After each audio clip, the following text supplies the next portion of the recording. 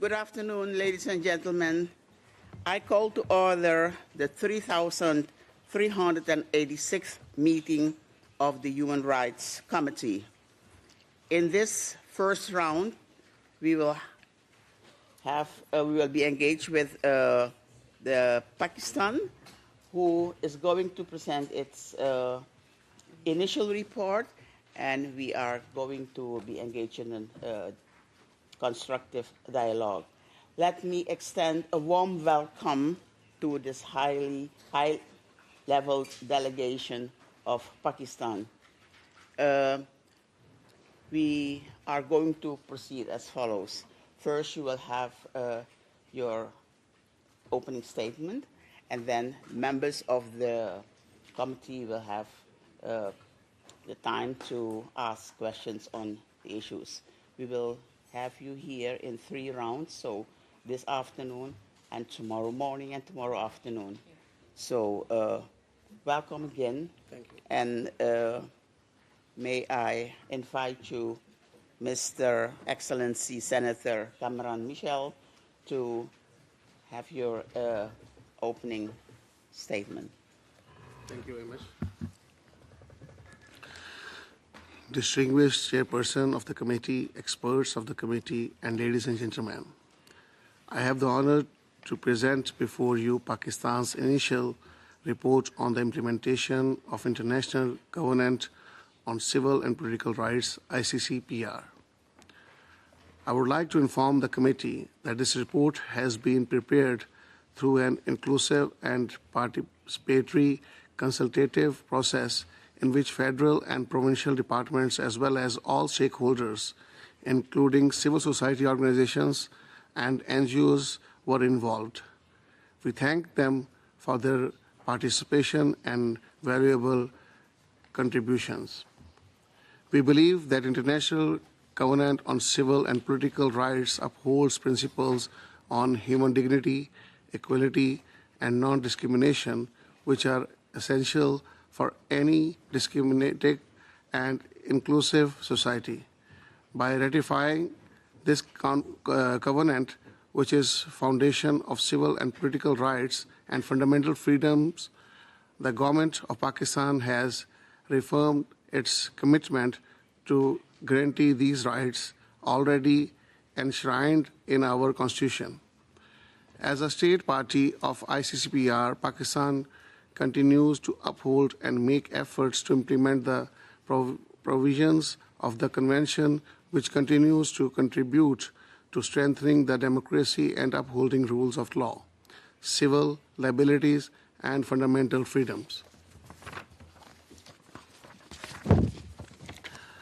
Distinguished experts of the Committee, Pakistan's commitment to protection of civil and political rights precedes its ratification of this Convention. Chapter 1 of the Constitution of Pakistan guarantees and lays down the framework for the protection of fundamental rights of all its citizens without any discrimination. As does Chapter 2 that lays down principles of policy, which also outlines substantive framework for the protection of rights under the existing legal framework, including Criminal Procedure Code, CRPC, and Pakistan Penal Code, PPC, safeguard and provided to protect civil and political rights of citizens. Distinguished experts of the Committee, the government has taken a number of administrative, legal, and policy measures to ensure that all citizens enjoy civil and political rights in this context. After extensive consultation with all stakeholders, including the civil society, Pakistan has launched the historic National Action Plan on Human Rights in February 2016. The Comprehensive Plan on Human Rights in February 2016, the comprehensive plan consists of 6 thematic areas with 16 expected outcomes and 60 actions.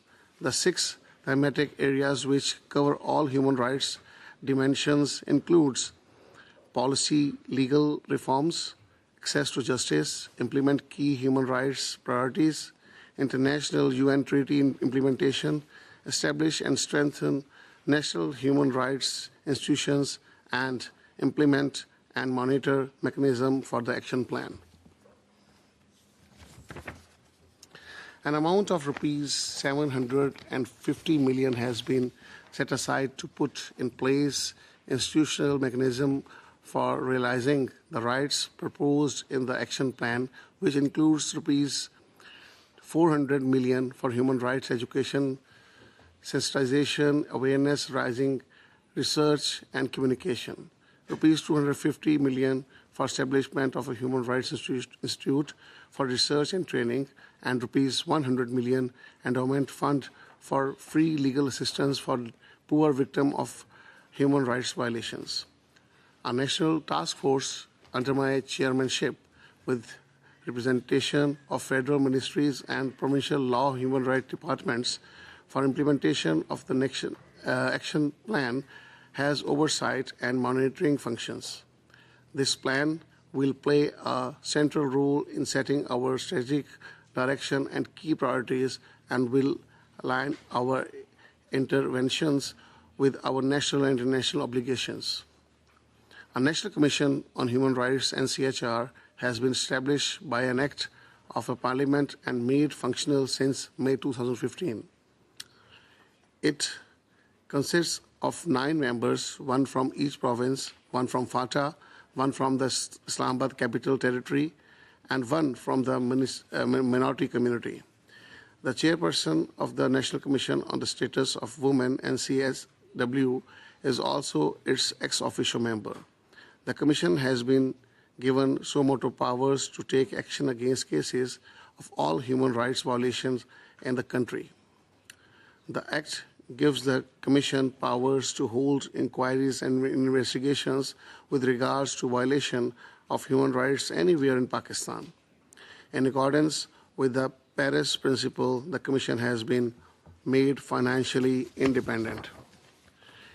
In line with the action plan, the National Commission for the Status of Women and National Commission for Minorities have been strengthened.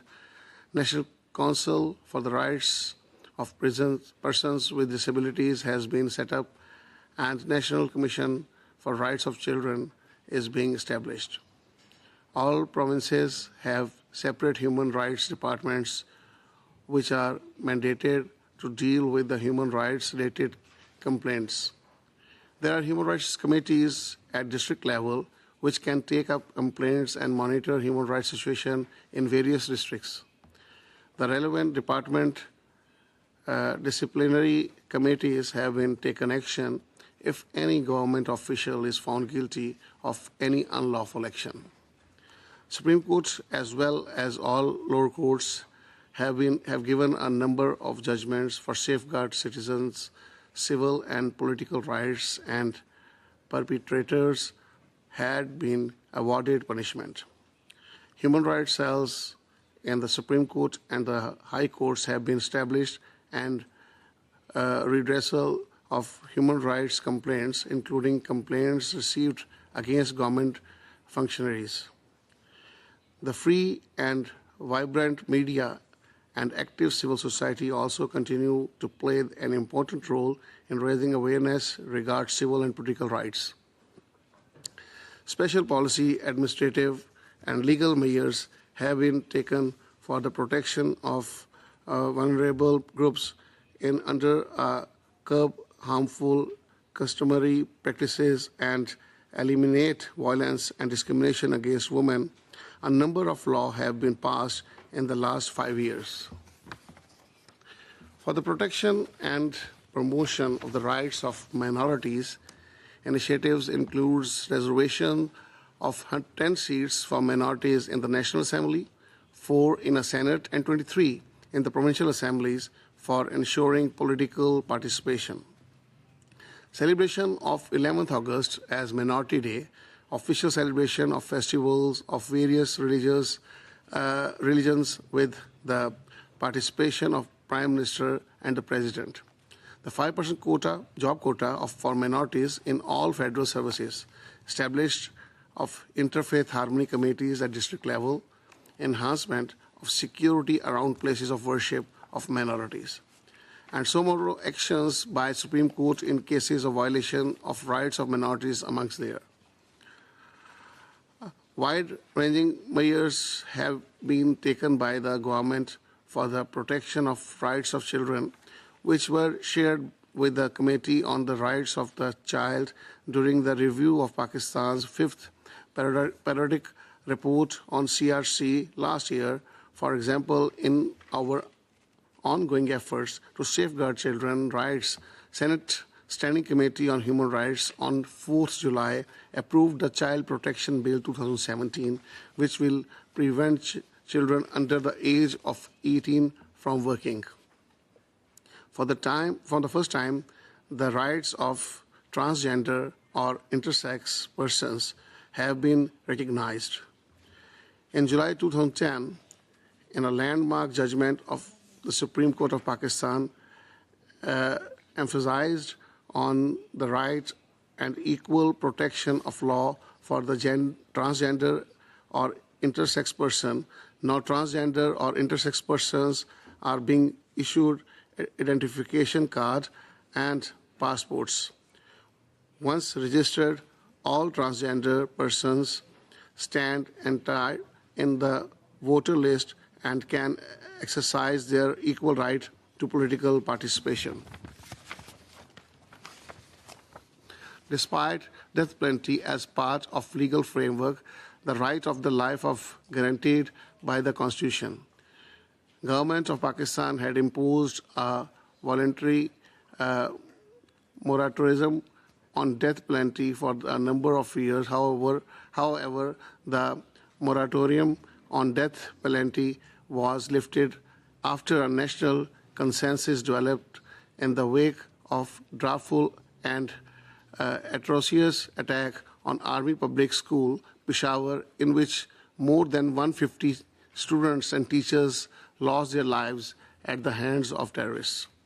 Pakistan pursues its policies on death penalty in line with its constitution and national law and in consequence with international norms. Article 6, Sub-Article 2, crimes in accordance with law enforced, the interpretation of the most serious crime may vary from country to country and local situation and religious particularities. However, due process of law and fair trial standards are followed. Pakistan's counterterrorism efforts are in compliance with its national and international human rights obligations. Pakistan had been confronted with the challenges of terrorism. Terrorists have killed thousands of innocent civilians, thus depriving them of their fundamental rights to life. The government is committed to combating terrorism in accordance with the National Action Plan to combat terrorism. Due to the efforts of the government, terrorist incidents have declined in the last 2 years. Implementation of NAP would further help to safeguard civil and political rights of all citizens. It is unfortunate that the terrorists have been attacking journalists, human rights defenders, and lawyers. The government has taken several measures to safeguard them, including notifying a ministerial media security committee with the mandate of suggest welfare measures to ensure safety of journalists and media persons. Initiation of a new scheme, life insurance policy for media person for the welfare of the journalists. Installation of hotline number 11925 in Press Information Department for informing about any potential threat to them or security-related issues, and proposal for establishment of endowment fund to provide relief to the wounded and disabled journalists who have fallen victim of terrorism in the line of duty. As a state party to Convention Against Torture, Pakistan is committed to Prevent Torture or Ill Treatment Committee by state functionaries. Wherever complaints have been received of allegations of torture, these have been duly investigated by the competent authorities and disciplinary action taken against those responsible. Besides, a number of programs have been initiated by government to raise awareness regarding the prohibition of torture, including workshops, seminars, and media campaign.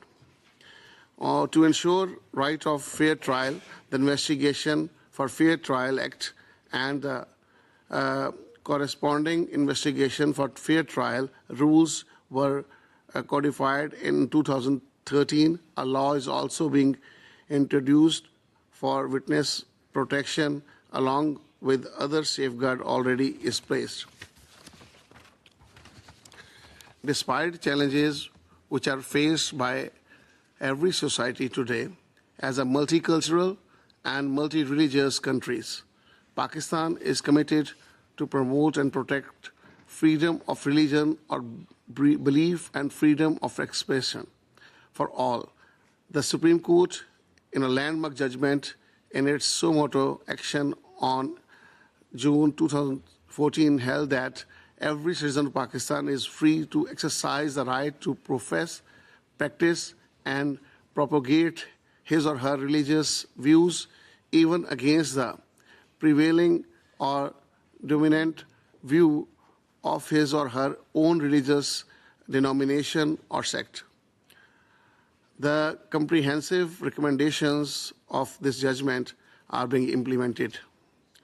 In its efforts to ensure respect to religions and maintain harmony in the society, the government has taken serious action against hate speech, which leads to instances of allegation of blasphemy and religious discrimination.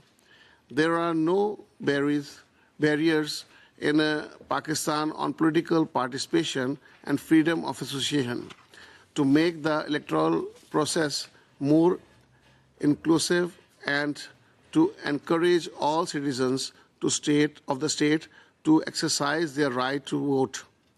Election Commission of Pakistan has taken several initiatives. In addition to contesting election on general seats, special quota has been reserved for women and minorities in the seats of parliament and provincial assemblies. We have an independent judiciary which zealously safeguards rights of citizens. In addition, a number of judicial reforms were introduced through National Judicial Policy (NJP) of 2009. A law reform committee has been constituted under the directive of the Prime Minister of Pakistan, which is chaired by the Minister for Law and Justice, which convenes regular meetings with the different stakeholders in order to reform the review and existing law and also to bring other laws in strict conformity with the provision and constitution and our international obligations. Distinguished members of the committee, for Pakistan, the commitment to promote and protect human rights in accordance with our international obligation is a national priority. The effective implementation of the covenant would provide further impetus and our efforts to promote civil and political rights of our people. As a progressive, free, and democratic country, we openly acknowledge the challenges we face in the context of effective implementation of the covenant, such as limited resources, strengthening of accountability mechanism, need for improvement training of law enforcement agencies regarding human rights, and awareness raising. We are aware of the fact that the implementation of any convention is an ongoing process. In the context of Pakistan, the government has made sincere efforts to implement the covenant as well as report to the committees. However, given the wide scope of the covenant due to time constraint, many of the measures taken by the government could not be included in the opening remarks, which we would be sharing in the course of interactive dialogues with the committee. My delegation would be pleased to respond to the questions and observations of distinguished experts of the committee and looks forward to a constructive and meaningful dialogues. Thank you very much. God bless you all. Thank you, Your Excellency. And now we are going to ask members to pose questions to the delegation. But we are going to ask, for this round, we are going to ask questions 1 up to 9 and 28, because 28 is on refugees, and because the Chief Commissioner for Afghan refugees won't be here tomorrow, only today. That's why we are going to include issue number 28. So the first member on the list is Mr. Olivier de Frouville. You have the floor, sir.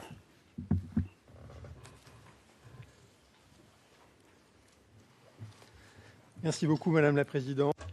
Thank you very much, Madam Chair. Let me wish a warm welcome to the delegation of Pakistan through the head of delegation. It's an important period for Pakistan when it comes to the human rights domain, as certain positive measures that have been taken by the state party bear witness. The Minister mentioned a few of them, such as the National Action Plan on Human Rights, and indeed the operational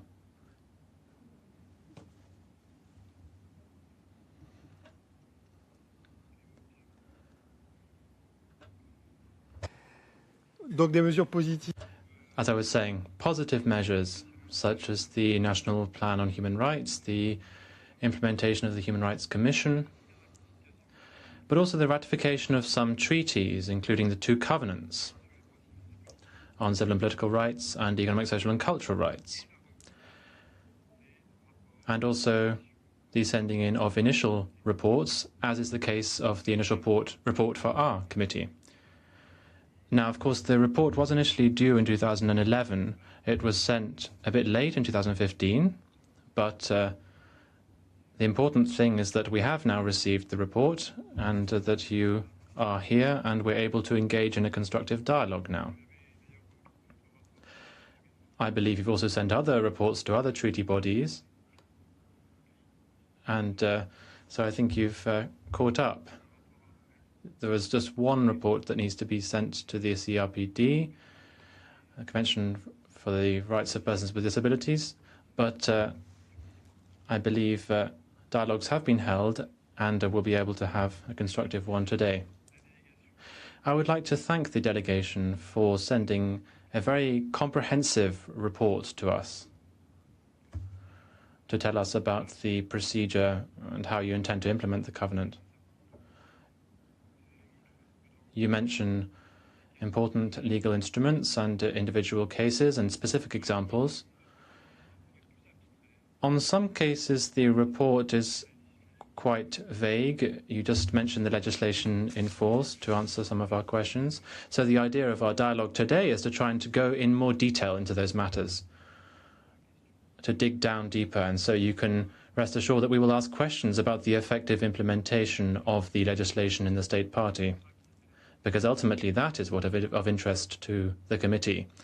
Above and beyond what is actually written in the legal texts, what we're really interested in is how the texts, the laws are actually implemented in practice in the state party. Pakistan is a complex country which is facing some tensions. There are various factors explaining that, and the country's history, its geographical location.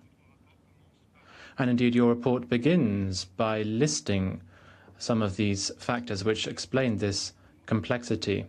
There is a strong legal tradition in Pakistan, and that is brought out clearly in the report.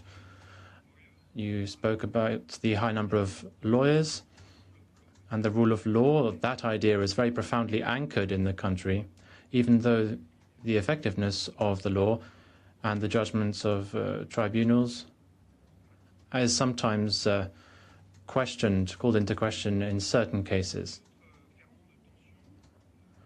Another source of tension in Pakistan concerns religious matters. Pakistan has a tolerance and openness to all religions. It's a secular state. And there is a history that you mentioned in your report. Is the To go to your temples, you are free to go to your mosques or to any other place of worship in this state of Pakistan. You may belong to any religion or caste or creed. That has nothing to do with the business of the state. Partant de cette prémisse, from that premise, Pakistan went through certain evolutions that are mentioned in the report. I won't go into great detail. There's Islamization of the state that took place, and that is reflected in the law, and in particular the 1973 Constitution and other laws, such as, for example, the law on the implementation of Sharia from 1991.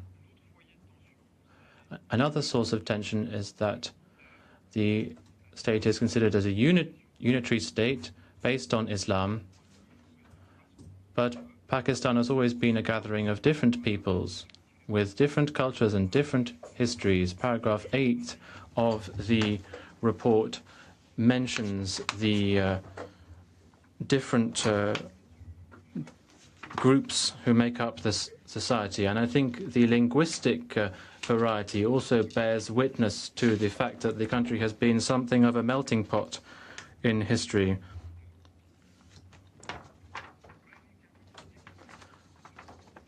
So these are the points that we should bear in mind. Pakistan, as I say, is a complex country, and in the questions that we will be asking, we will be bearing that complexity in mind, and we will be trying to understand it further. For my part, I will be asking 3 questions this afternoon. The first issue, I'll be addressing issue 1, issue 2, and then 28. Exceptionally, we will be using this order because we have the Chief Commissioner of Afghan refugees with us this afternoon. Issues 1 and 2 relate to the implementation of the covenant, the constitutional and legal framework for the implementation of the covenant. First and foremost, the implementation of the covenant in the legal framework in Pakistan.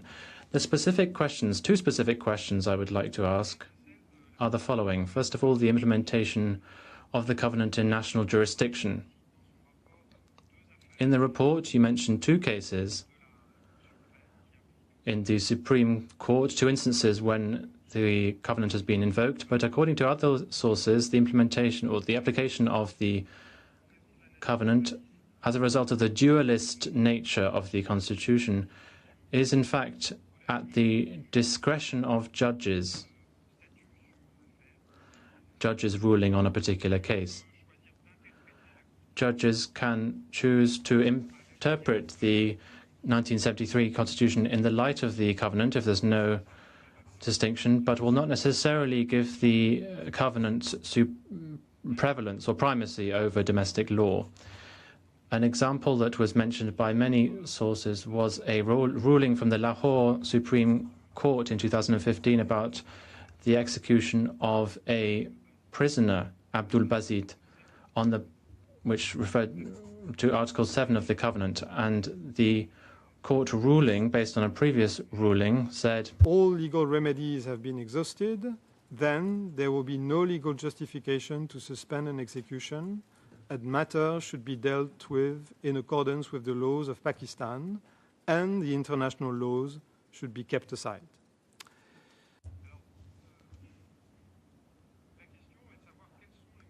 So I would like to know what measures could the state party take to facilitate the application of the covenant in the legal order?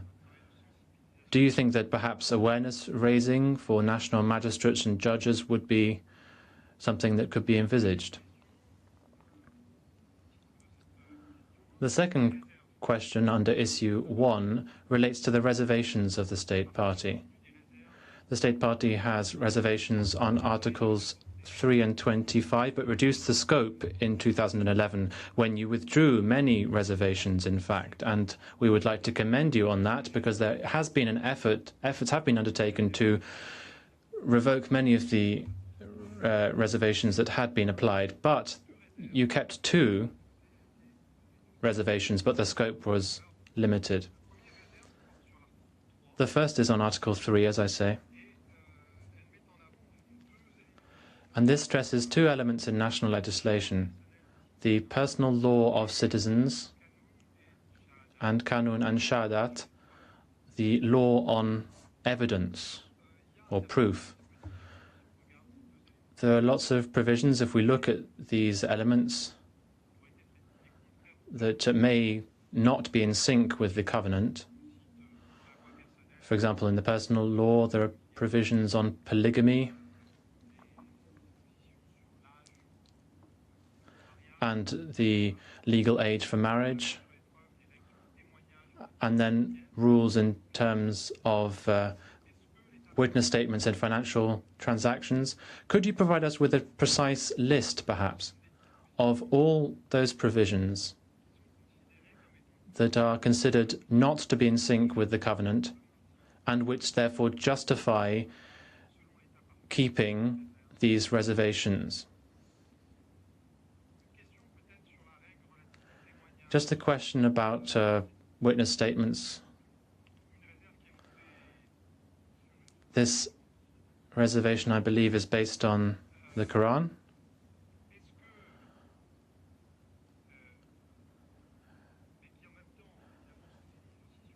But at the same time, it's also based on a sociological reality, which dated back some time, which was that women at that time were not responsible for financial matters, and therefore I think 2 women were required to provide statements, but that reality is different today. So perhaps, do you intend to change the personal law on this matter, or the sacred nature of the source in this case? Does that mean that it is impossible for you to consider amending the legislation in this regard? On the reservations on Article 25, there are 2 provisions that are mentioned here.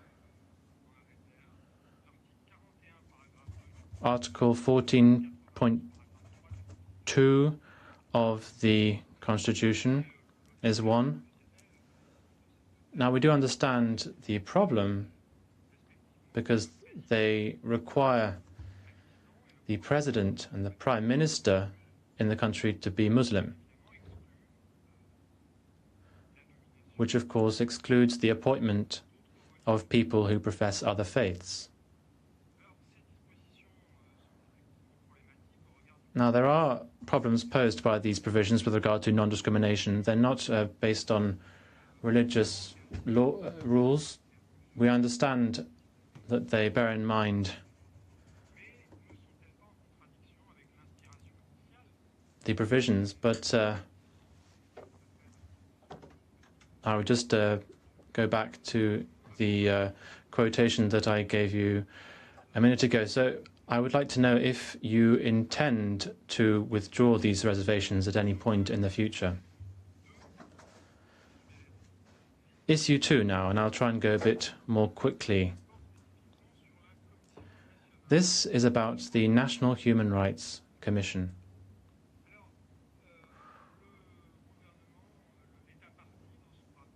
In its report, the State Party explains some measures that have been taken since the effective establishment of the Commission in 2015 to facilitate its work with 171 posts, and it has a very large mandate, and the Commission is therefore free to carry out missions. But today we have the question, this is the question I would like to ask, the question about the participation of the Commission in the work of the United Nations, and in particular, the work of the conventional committees. This was an issue that came up before the Committee on Torture, and this was also mentioned by the CAT in its concluding observations, regretting the fact that the Commission was not able to submit a report to the body. And indeed, the President of the Commission, and I quote, paragraph 20 of the concluding observations, reportedly required authorization donc pour se présenter devant. That is to say, to appear before the committee.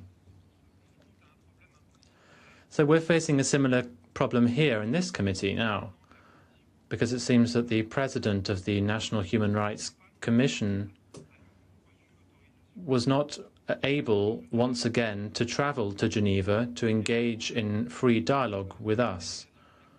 And this independently from the Pakistani delegation, because it's an independent body after all. This poses the problem of the real independence of the body in principle.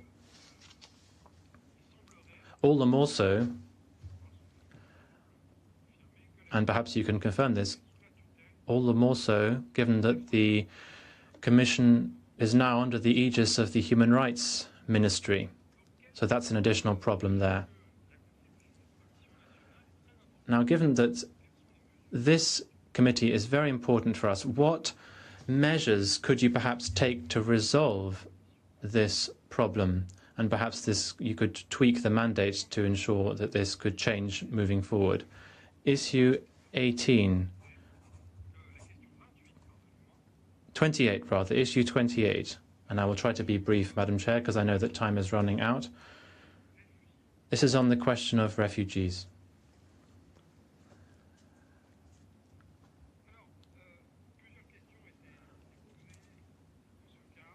Several questions were asked in this domain.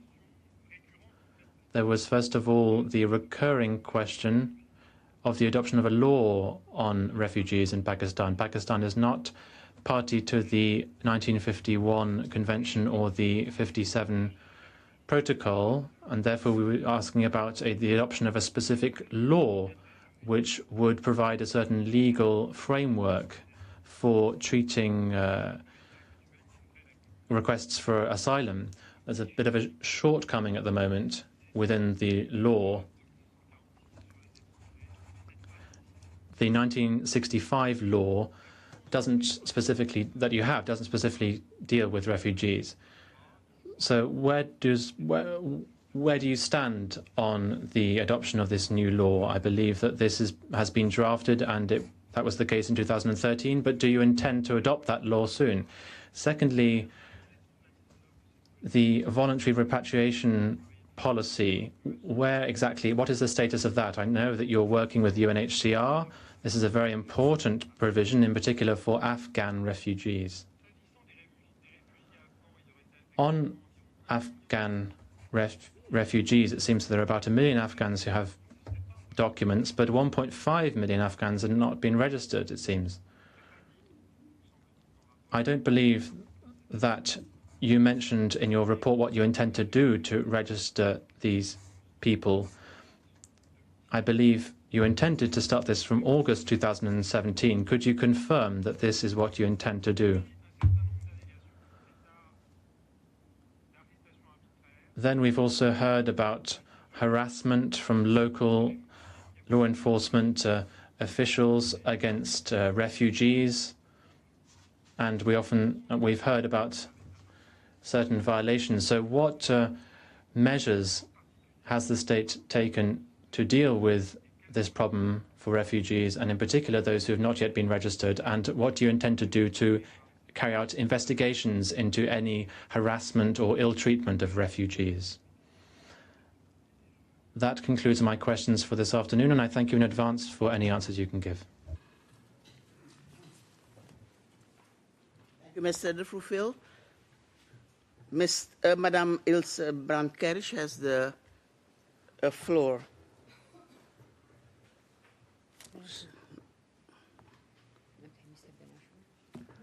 Yeah, Madame Brandkersch. Yeah, it was before me. Thank you very much. I also would like to join in and welcome the distinguished delegation very much. I look forward to our, as you very well said, our constructive and meaningful dialogue as well. I will deal today with the issues number 4 and 5, and then I have others to 12, 16, 26, and 29 tomorrow. So for issue 4, the committee welcomes the information provided by the state party regarding a number of laws passed in recent years, as well as policy measures, to address more effectively violence against women and girls, including domestic violence. Nevertheless, the committee remains concerned that such violence is still prevalent, and multiple sources, including the Human Rights Commission of Pakistan, as well as civil society organizations, indicate that violence against women has not decreased, and at least in some areas has even increased. Thus, the 2016 annual report of the Human Rights Commission reported more than 2,500 victims of violence against women in 2016, including over 1,000 cases of sexual violence and 386 cases of domestic violence. It has been recognized that reluctance, fear of reprisals, and further victimization and other obstacles to lodging complaints means that this figure underestimates actual cases of violence. Of particular concern are reports that women experience violence, and in particular sexual violence, also by law enforcement officials, which raises additional concerns regarding the implementation of the legislation in practice. When further informing the Committee on implementation measures on the various laws, including what specific steps have been taken to address violence against women perpetrated by law enforcement representatives, would be appreciated. Reports brought to the attention of the committee indicate that according to government sources, there was a 20% increase in cases of violence against women in Punjab from 2012 to 2015, while convictions for violence against women decreased from 378 in 2012 to 81 in 2015. The committee welcomes that the replies to the list of issues indicates that the Violence Against Women law was adopted in Punjab in 2016, stating that it addresses violence against women in a comprehensive manner. Could the distinguished delegation please explain the key features of this law that makes it comprehensive?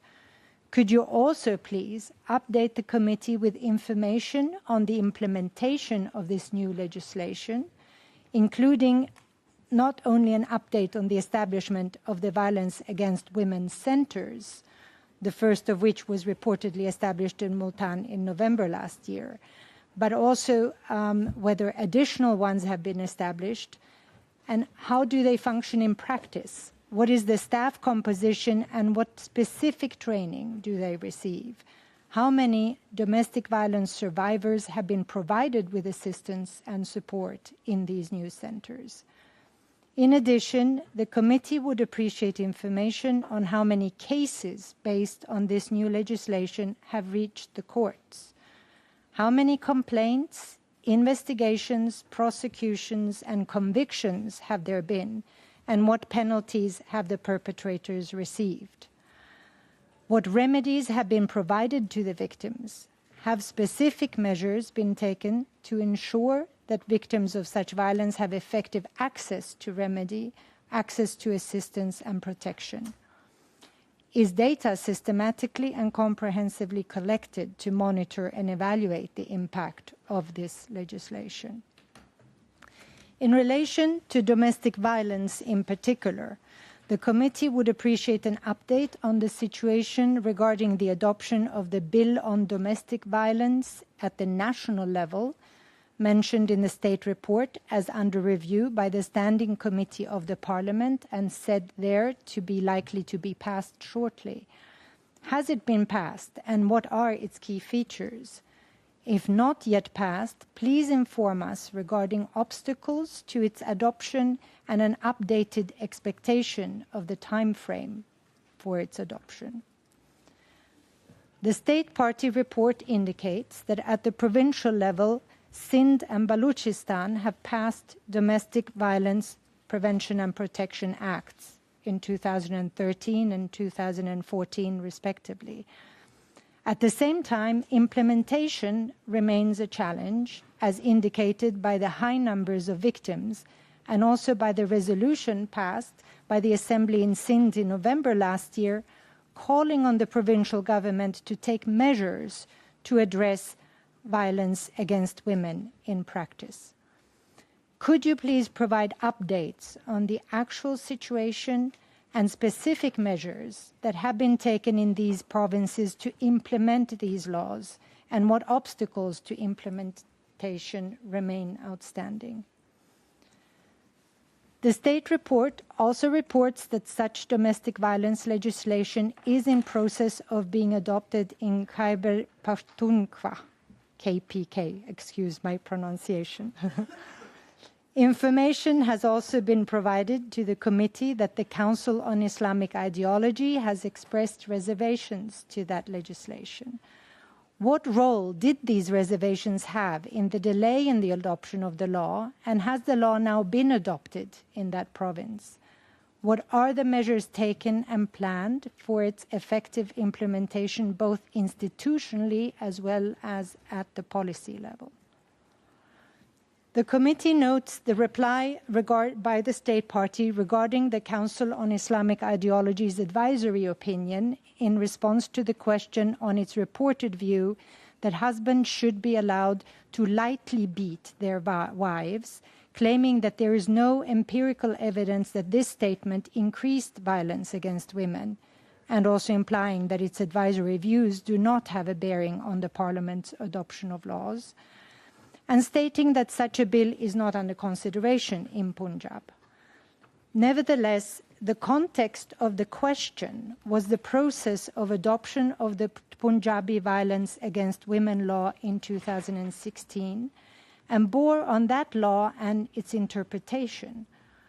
Could you therefore please provide additional information to the committee on the role and influence in society, Parliament, and with law enforcement, prosecution, and the judiciary of the Council of Islamic Ideology's advisory opinions, including this concrete statement? Is the law specific enough to ensure that no interpretation of permitting light beatings or disciplining or similar actions is possible? How would law enforcement, complaints mechanisms, and courts respond to a defense of minor beatings with the argument that this is permissible under the citing the opinion of the Council of Islamic Ideology? Have there been public stances taken against this statement of the Council by political leaders and decision makers? Has awareness raising been done about the new law, and has that included a clear explanation that all violence, including light beatings, is illegal and carries with it real penalties? And what are these penalties? The committee welcomes the adoption of the Anti-Rape Bill, criminal law amendment in 2016. Could the distinguished delegation please indicate whether this law includes and specifies marital rape? In view of reports that rape and gang rape cases have increased in Punjab in 2016, at least 2,942 cases of rape and 223 of gang rape were reported by the National Commission Human Rights Commission, but that few cases are prosecuted. Could you please indicate any specific measures taken to ensure the effective enforcement of this new law, including the use of the special procedures foreseen in the law to facilitate prosecution of rape cases? In addition, we would appreciate information on the implementation of this law, including how many complaints have been lodged, cases recorded, investigated, and prosecuted, and what the outcome of these prosecutions was. Has there been cases involving accusations against members of law enforcement, and how have those been dealt with? Finally, I would appreciate if the distinguished delegation could provide additional information on the role of the National Commission on the Status of Women in the area of violence against women, in particular elaborating on the information provided in the State report that it was strengthened by the 2012 amendment and provided with quasi-judicial powers. What specifically are those quasi-judicial powers, and have they been applied effectively? Please provide information on the number of complaints and cases of violence against women that the National Commission on the Status of Women has received, how many were resolved, and what the outcome of those was. Does the mandate of the National Commission on the Status of Women include legal assistance and representation of victims before the court? And in that case, in how many cases has this commission been involved? What, in addition, are the respective mandates and competences of the Human Rights Commission of Pakistan and the National Commission on the Status of Women with regard specifically to violence against women? And how is coordination between these commissions and non-duplication ensured? I come now to issue number 5. The committee welcomes the adoption of the Anti-Honor Killings Criminal Law Amendment Bill in 2016. Hundreds of cases of so-called honor killings nevertheless still were recorded in 2016, indicating that special attention needs to be paid to the implementation of the law, including at both the federal and provincial levels. In view of various reports that indicate that so-called honor killings are on the rise, could you please provide the committee with updated statistics on the number of such cases recorded, investigated, prosecuted, and what the outcome of the prosecutions were, including number of convictions and what penalties perpetrators received? Could you also please indicate what mechanisms for the implementation of the law have been established, and what concrete measures have been taken to raise awareness of the new law among law enforcement, prosecutors, the judiciary, religious and community leaders, as well as the public at large?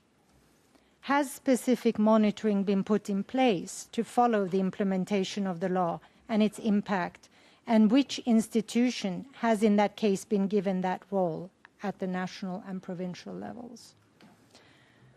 Furthermore, in view of concerns expressed by several treaty bodies on the role of Sharia law in addressing so-called honor crimes, the committee takes note of the information provided in the state party's reply to the list of issues that relatives of victims would only be able to pardon the killer convicted to capital punishment, but that the killer would in that case still face a mandatory life sentence of 25 years. The committee is also aware of the Qandil Baluch case, who was murdered by her brother, in which the court in 2016 refused her family legal right to grant their son clemency as per the Qisas and Diyat laws. Could the distinguished delegation please clarify whether the criminal law amendments of October 2016 fully address the shortcomings in previous criminal law provisions on honor killings raised as serious concerns by CEDAW in 2013 and by the Committee on the Rights of the Child in 2016, including the possibility of applying Qisas and Diyat under Sharia law? whereby pardon can be negotiated with families and perpetrators could remain free. Is there a prohibition to apply qisas and diyat laws to all cases of so-called honor-related crimes to ensure that the sanction for such crimes is according to criminal law and commensurate with the gravity of the crime? Or is the limitation only in terms of imposing prison sentences under penal law when capital punishment has been avoided through such negotiations? Could you please also comment the concerns expressed that despite this legislative amendment, such practices continue in practice outside the realm of national and provincial courts?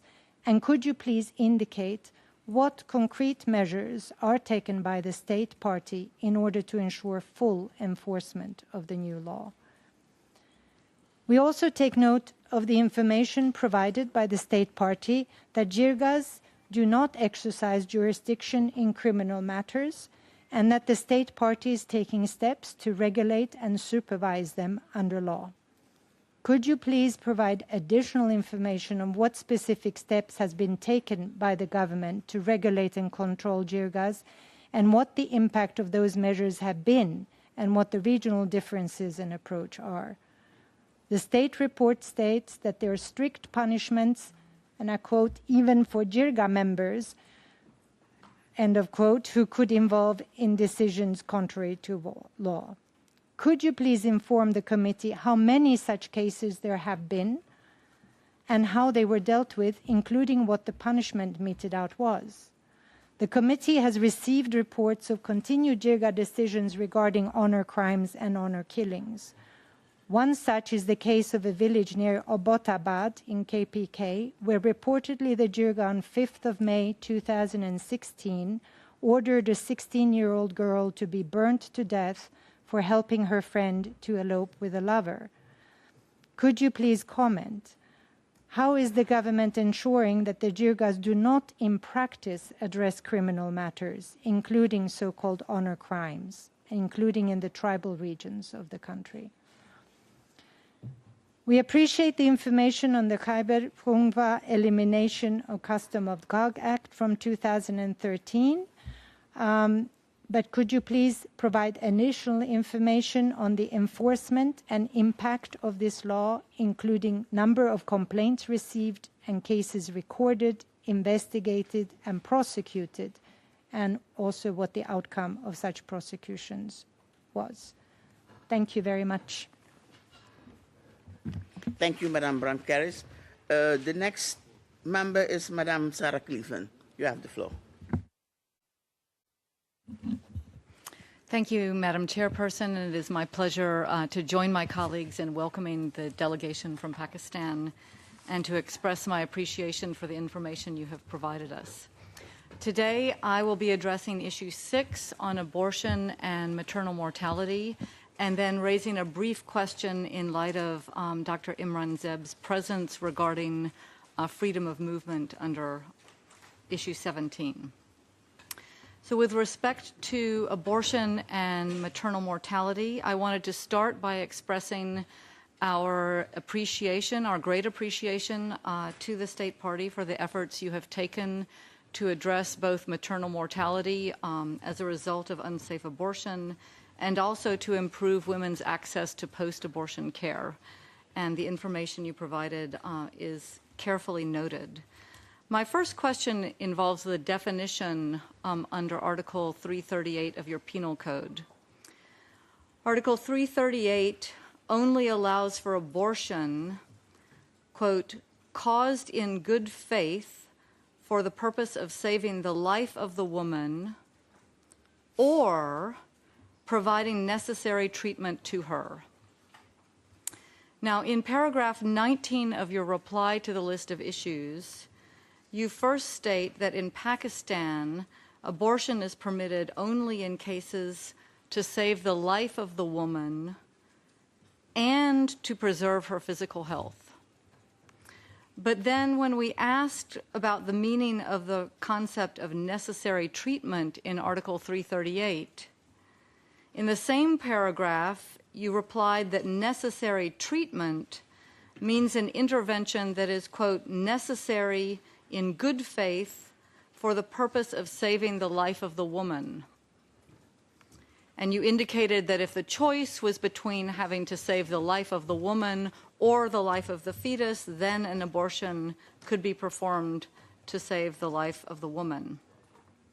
Now, this explanation for the meaning of necessary treatment in Article 338 is confusing to me because, taken literally, it would mean that the article would read that abortion is allowed when it is, quote, caused in good faith for the purpose of saving the life of the woman, or, continuing to quote, when necessary in good faith for the purpose of saving the life of the woman.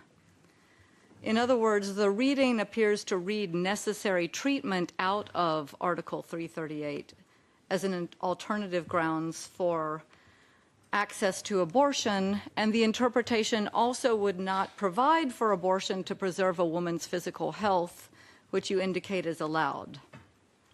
So I would ask if you could please clarify for the committee your explanation of the meaning of Article 338. Does it allow for voluntary termination of pregnancy to preserve a woman's physical health? And if so, what does physical health mean under these circumstances?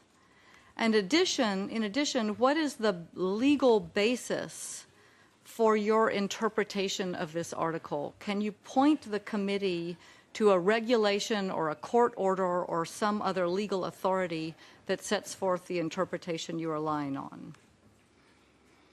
Since this is a criminal provision, can you provide the committee with information regarding any criminal charges that have been brought, prosecutions pursued, and convictions or punishments imposed under this article for voluntary termination of pregnancy in the last 5 years? We asked for information on maternal mortality relating to unsafe abortion.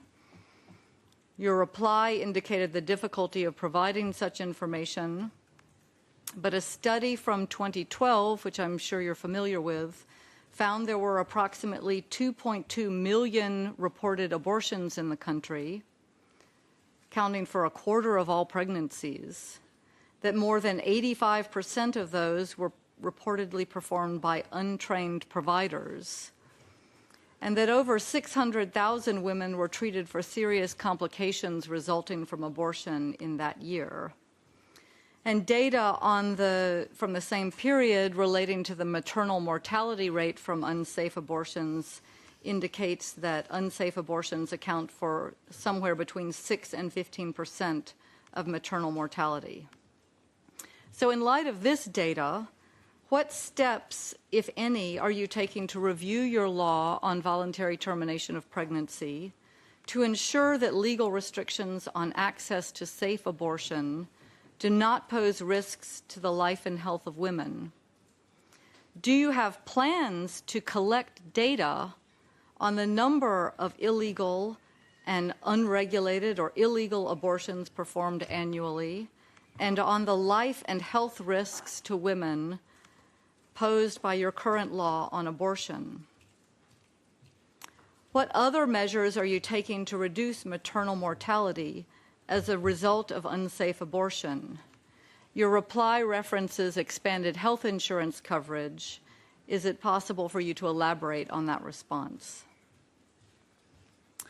I understand there was an effort in 2009 to establish national post-abortion care guidelines, but then the Ministry of Health and Population Welfare was abolished in 2011, and that this responsibility now falls to the provincial governments. Can you please provide the committee with information on the extent to which post-abortion care is consistently available across the country in all regions, and is it covered under the health insurance program? What training do medical personnel receive in this regard? And finally, with respect to contraception, your reply to the list of issues states that knowledge of family planning is universal among both men and women. but reportedly only about 35% of Pakistani women of childbearing age use contraception. In 2016, Pakistan reportedly banned broadcast advertisements for all contraceptions, including birth control. And an NGO that created an anonymous hotline to provide reproductive health care information to women reportedly faced harassment and was forced to shut down for 6 months. So is the ban on broadcast advertisements for contraceptives still in place? And if so, what is the legal basis for this ban? What are you doing to combat stigmatizations of persons who seek and provide voluntary termination of pregnancies? And to what extent do you provide comprehensive reproductive health education and services, including access to affordable contraception, to adolescents and the general public, including to poor and disadvantaged women and girls in rural areas? Finally, with respect to issue 17 addresses freedom of movement. There was one small issue related to refugees. If it does not require the presence of Dr. Zeb, then we can just address it tomorrow when we address freedom of movement. But this one question was, could you please clarify what restrictions, if any, are placed upon the free movement of refugees and asylum seekers while in Pakistan? Thank you very much. Thank you, Madam Cleveland. We now give the floor to Mr. Jad Manashur. Yes, sir, you have the floor. Merci, Thank you, Madam Chair. First of all, I would like to warmly and fraternally welcome the delegation of Pakistan who have come here to join us for this constructive dialogue. First of all, if I may, Madam Chair, I would like to start with a comment which is not directly related to my questions. And this comment is very important for me because it will lead all of my dialogue with the delegation for the fundamental issues which will follow. I belong to part of the Islamic civilization, and in my country, when we talk about reform and enlightened Islam, Dijtihad, and renovation of Islamic thinking, what is the name of the Muslim personality that first is evoked? It is the true founder of Pakistan.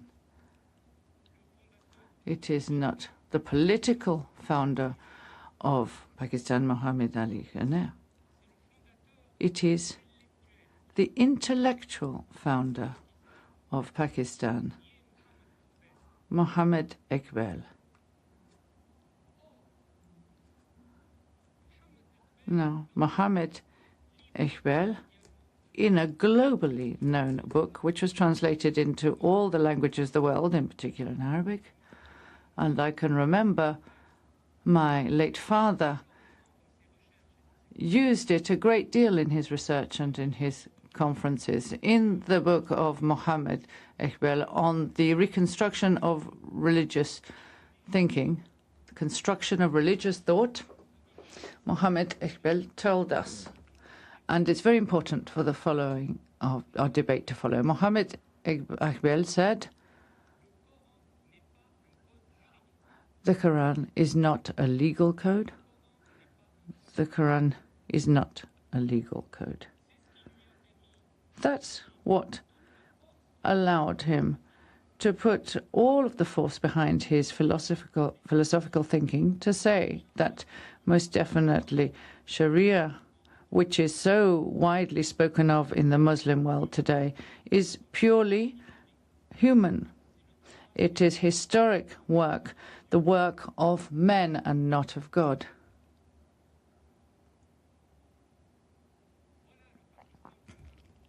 That's the Pakistan we knew. The Pakistan that didn't exist at the time, but Mohammed Iqbal prefigured the existence of Pakistan. That was the lesson that was given to the Muslim world.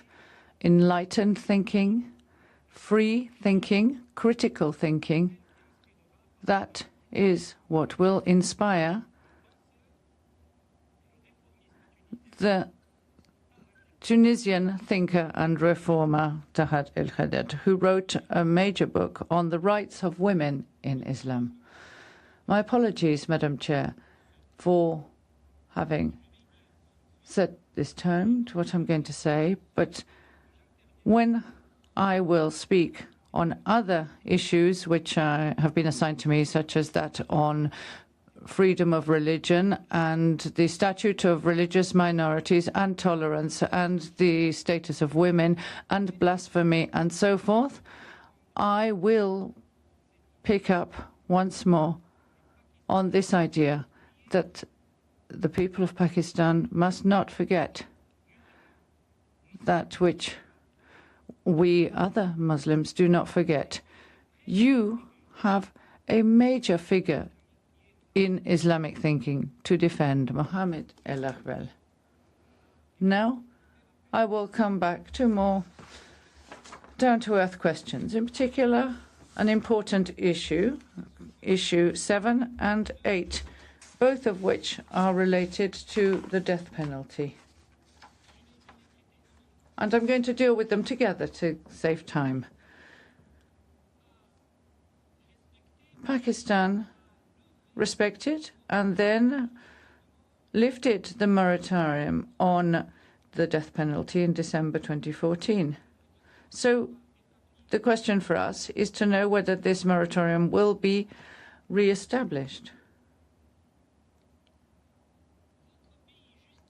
Your country justifies the reinstatement of the death penalty and execution because of the hateful act of terrorism that targeted the military academy, which killed 150 young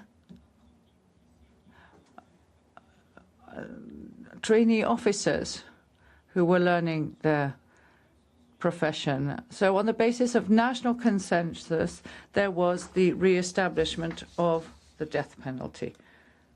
But the problem is that the death penalty is not only applicable to terrorists. It is applicable, above all, in terms of numbers, to drug traffickers and those involved in narcotics-related offences, and also in the case of blasphemy. So, crimes which are not violent crimes, such as drug trafficking or blasphemy, which is a religious incrimination.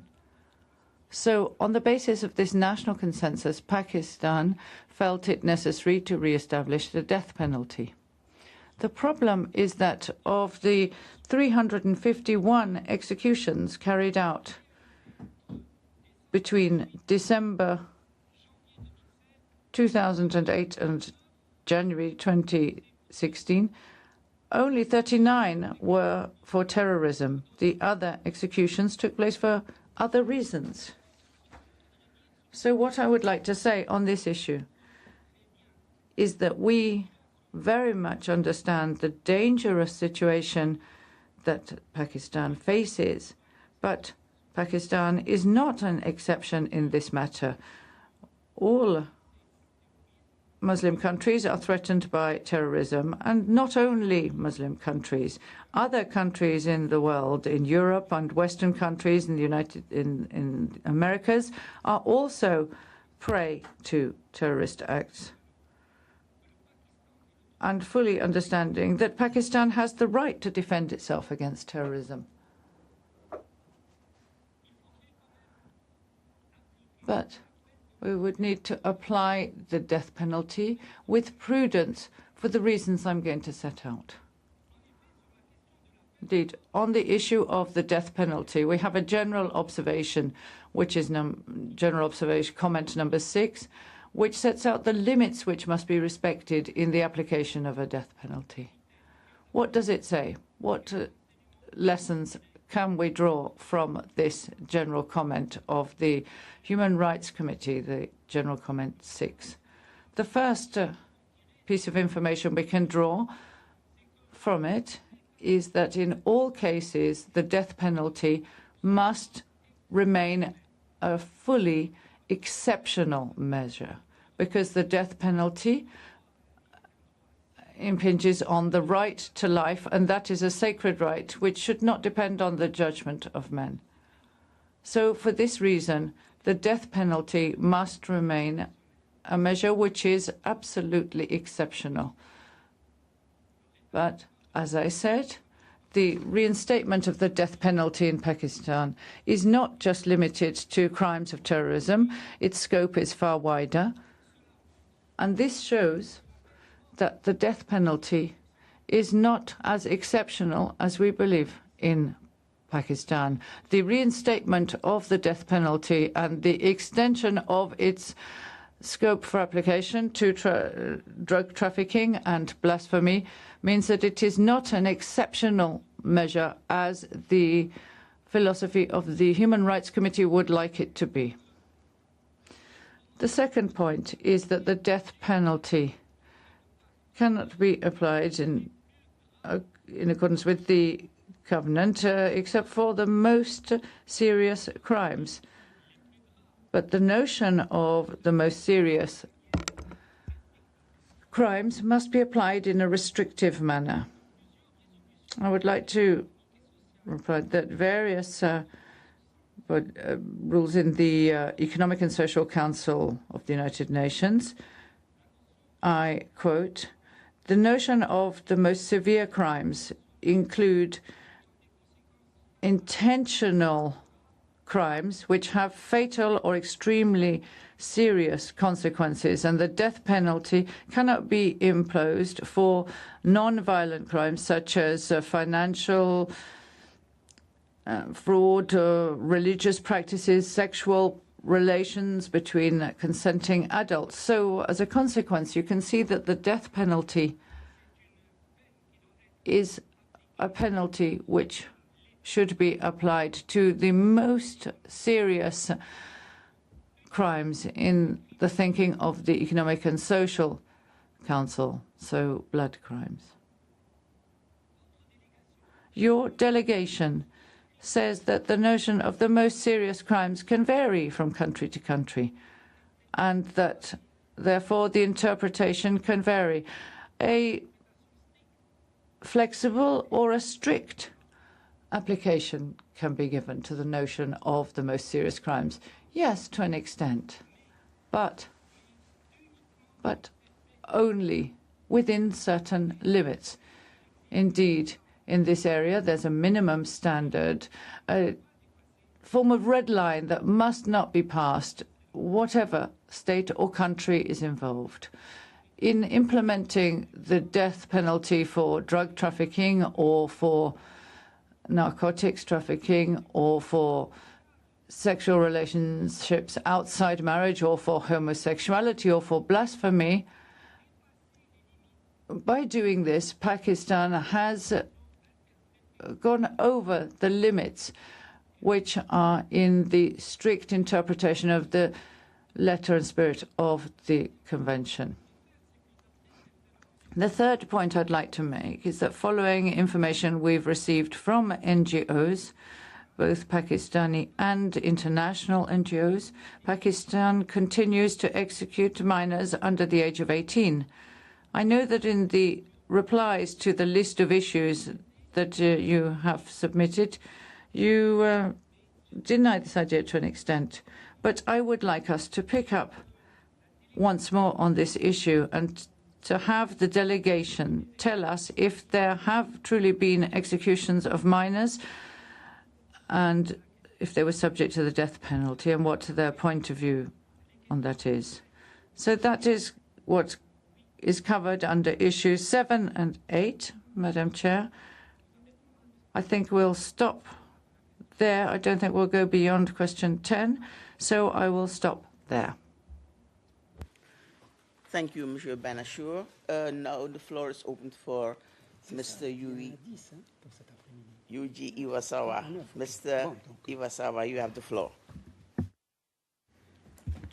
Thank you, Madam Chairperson. I join my colleagues in extending a very warm welcome to the distinguished delegation of Pakistan. I had an opportunity to visit your country more than 30 years ago. I visited a camp for Afghan refugees near Peshawar. I talked to the people working there and some of the refugees.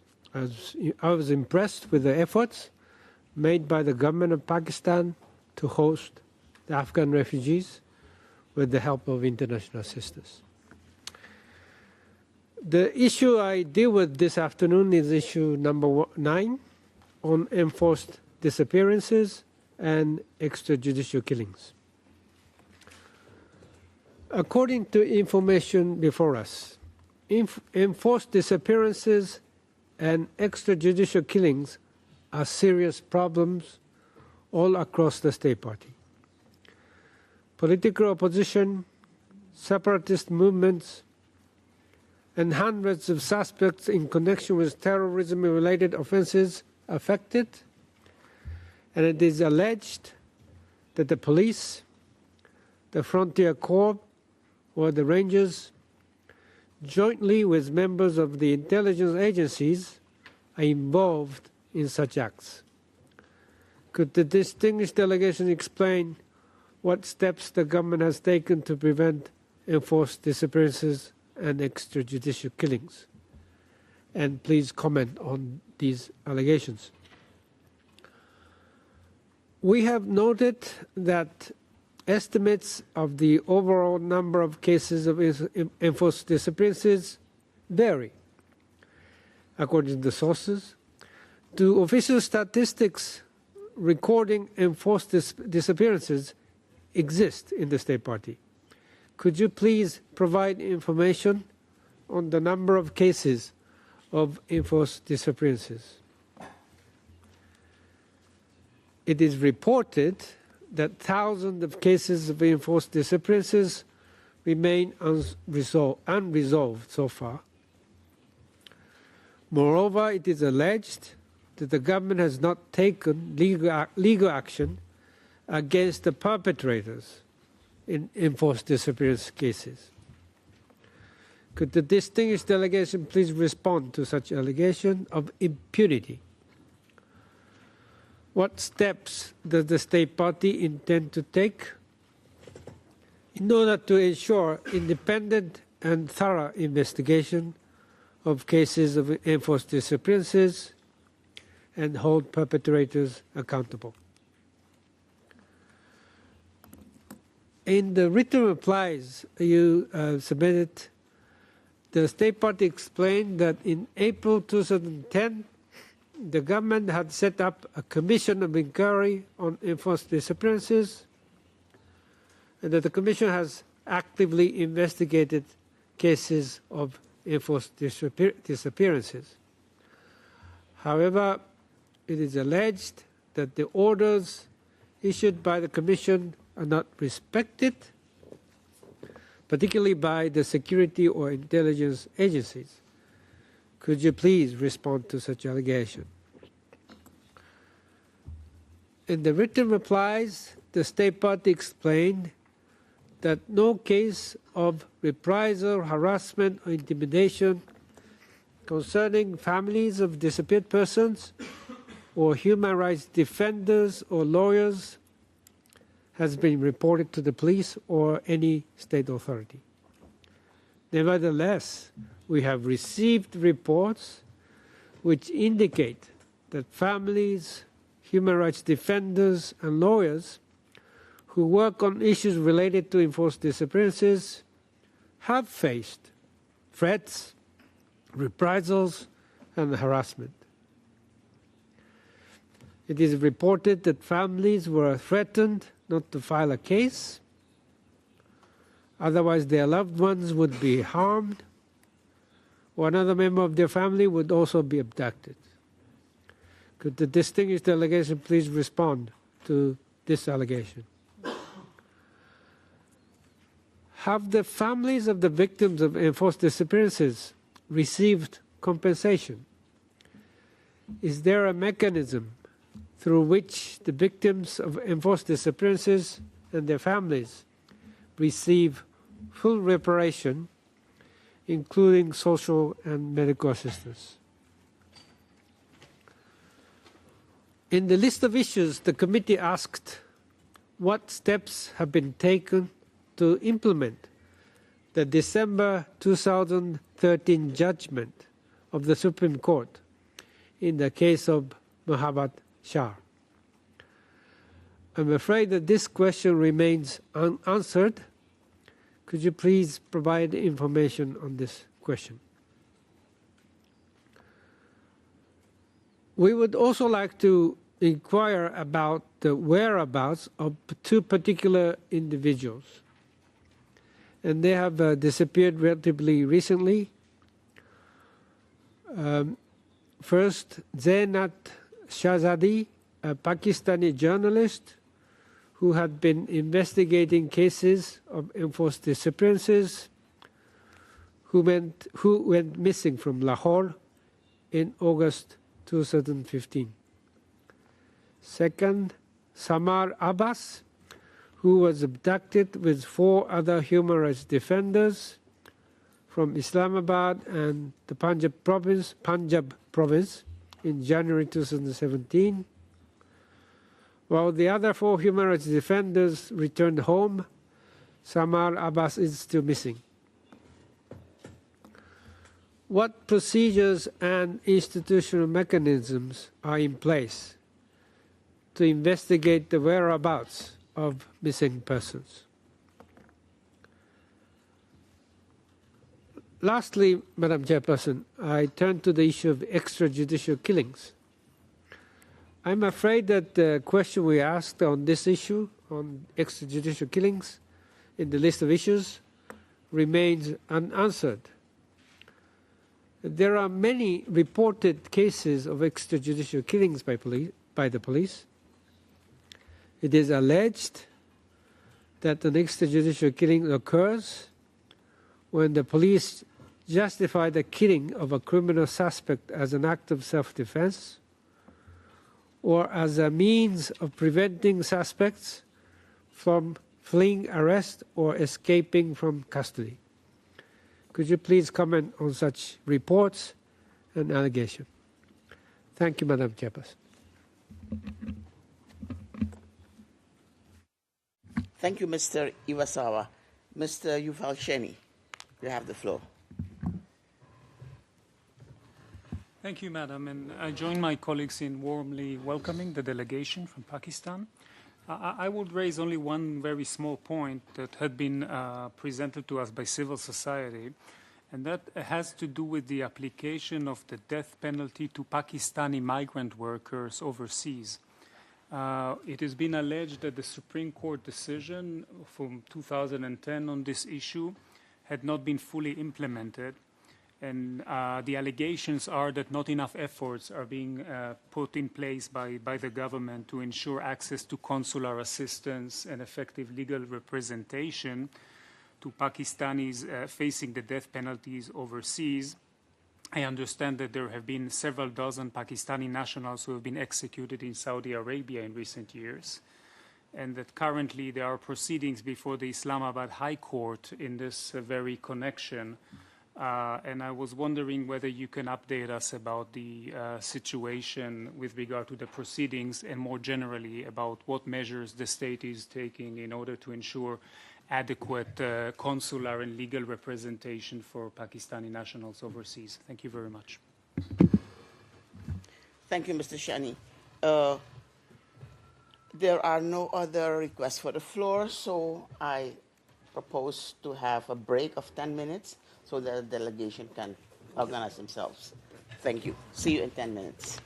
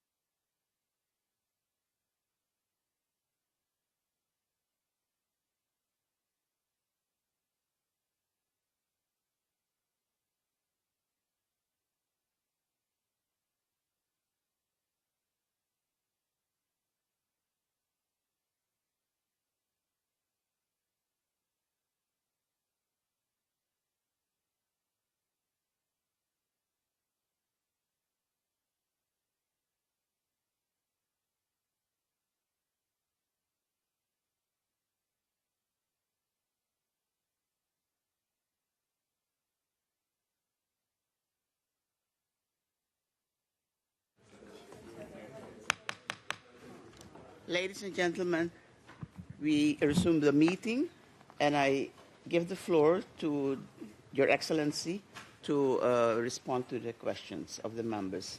Thank you. I would like to give the floor to the Secretary Human Rights. She will respond. Good afternoon, ladies and gentlemen. Thank you very much for giving us the time to be able to hear our views and to share our the facts and the figures that you have asked for. I'd like to just give you a small brief on Pakistan without appearing to digress.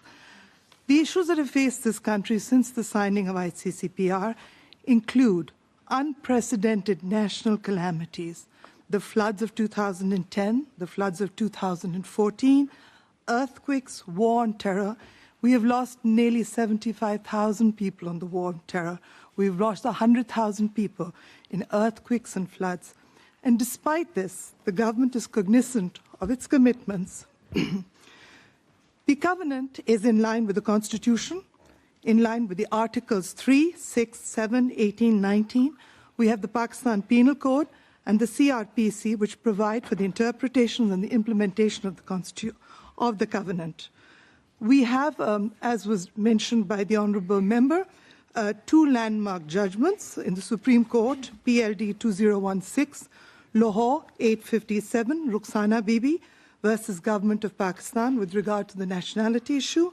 We have the case of Khwaja Muhammad Asif and the Federation of Pakistan, PLD 2007, Supreme Court 642, which I quote, "The fundamental rights can neither be treated lightly nor interpreted in a casual or cursory manner." To add to the two judgments that were mentioned, the application of the government is in various court cases. The federal government, Supreme Court, has accepted the argument when the I'll mention the Order of Justice Dost Muhammad Khan, dated 4/2/15, in Criminal Appeal number 16/3/2003, the Supreme Court held, and I quote, "The government and the legislator may take guidance from international covenants, besides research-oriented opinions of experts on the subject matter." This was regard to drug.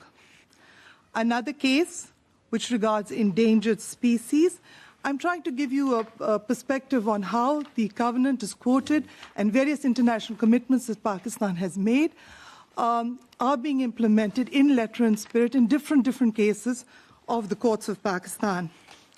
This is a case with regard to endangered species, and again, I quote, "The federal government is directed to ensure that its obligations under the Convention of International Trade in Endangered Species, which has been recognized by Pakistan law and fulfilled, and issue to requisite directions to the province to amend their wildlife laws and make them compliant with international covenants." There is the case of Sindh versus Lal Khan Chandio, 2016, SCMR 48, which says, "While reaching this conclusion, the court drew arguments from international covenants and conventions." So these are just a brief overview of the way that the Pakistan government, the court and the judicial system are adopting and incorporating international commitments within their legislative decisions.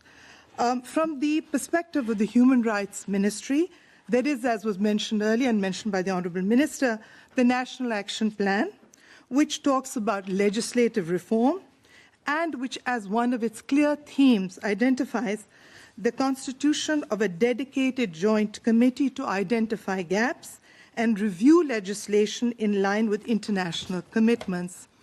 Now, this review is now being taken by the Law Reforms Committee under the Minister of Law, and the idea is to review laws and questions and to ensure the compatibility with any conventions or commitments that we have signed.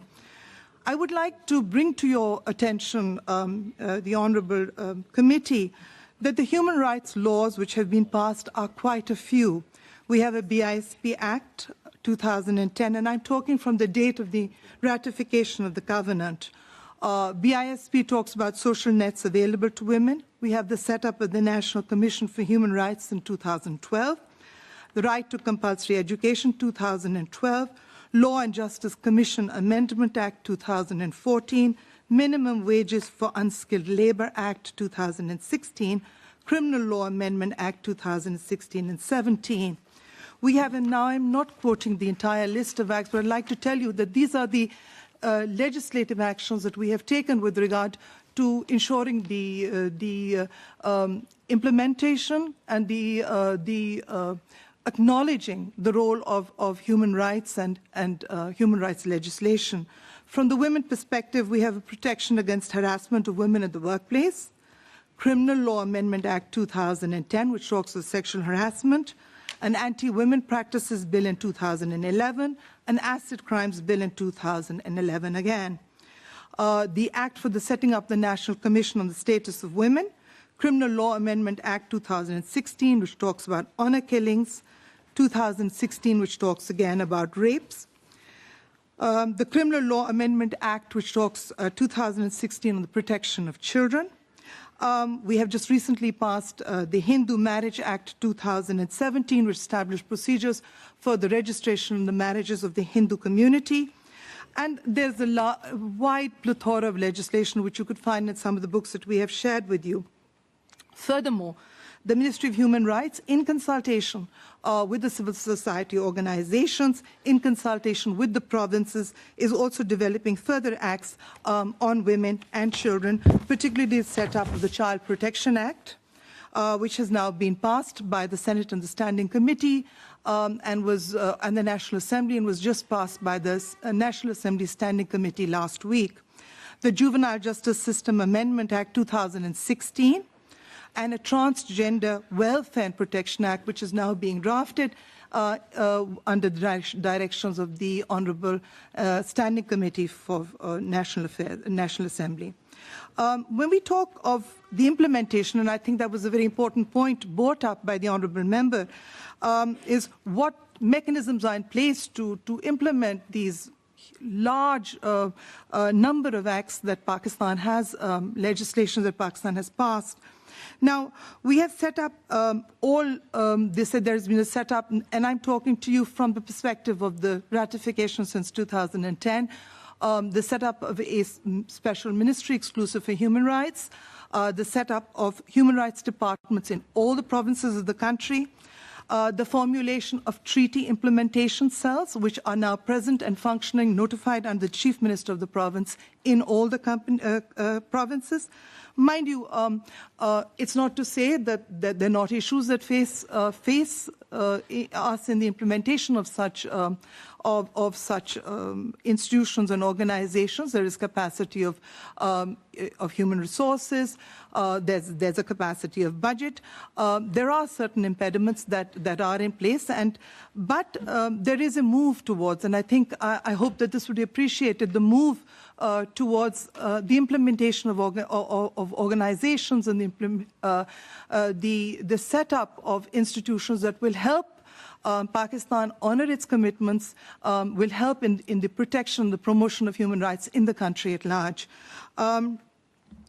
In order to empower, and I think we realized that there was a sort of a lack of capacity in the treaty implementation cells, and under the directive of the Prime Minister, we moved that the issue of the implementation cells will be brought at the Inter-Provincial Coordination Committee, which is headed by the Honourable Prime Minister and all the Chief Ministers of the province, to impress upon the members of the treaty implementation cells the importance of their role and how strong they must, how hard they need to work to be able to implement them, implement the conventions efficaciously and properly.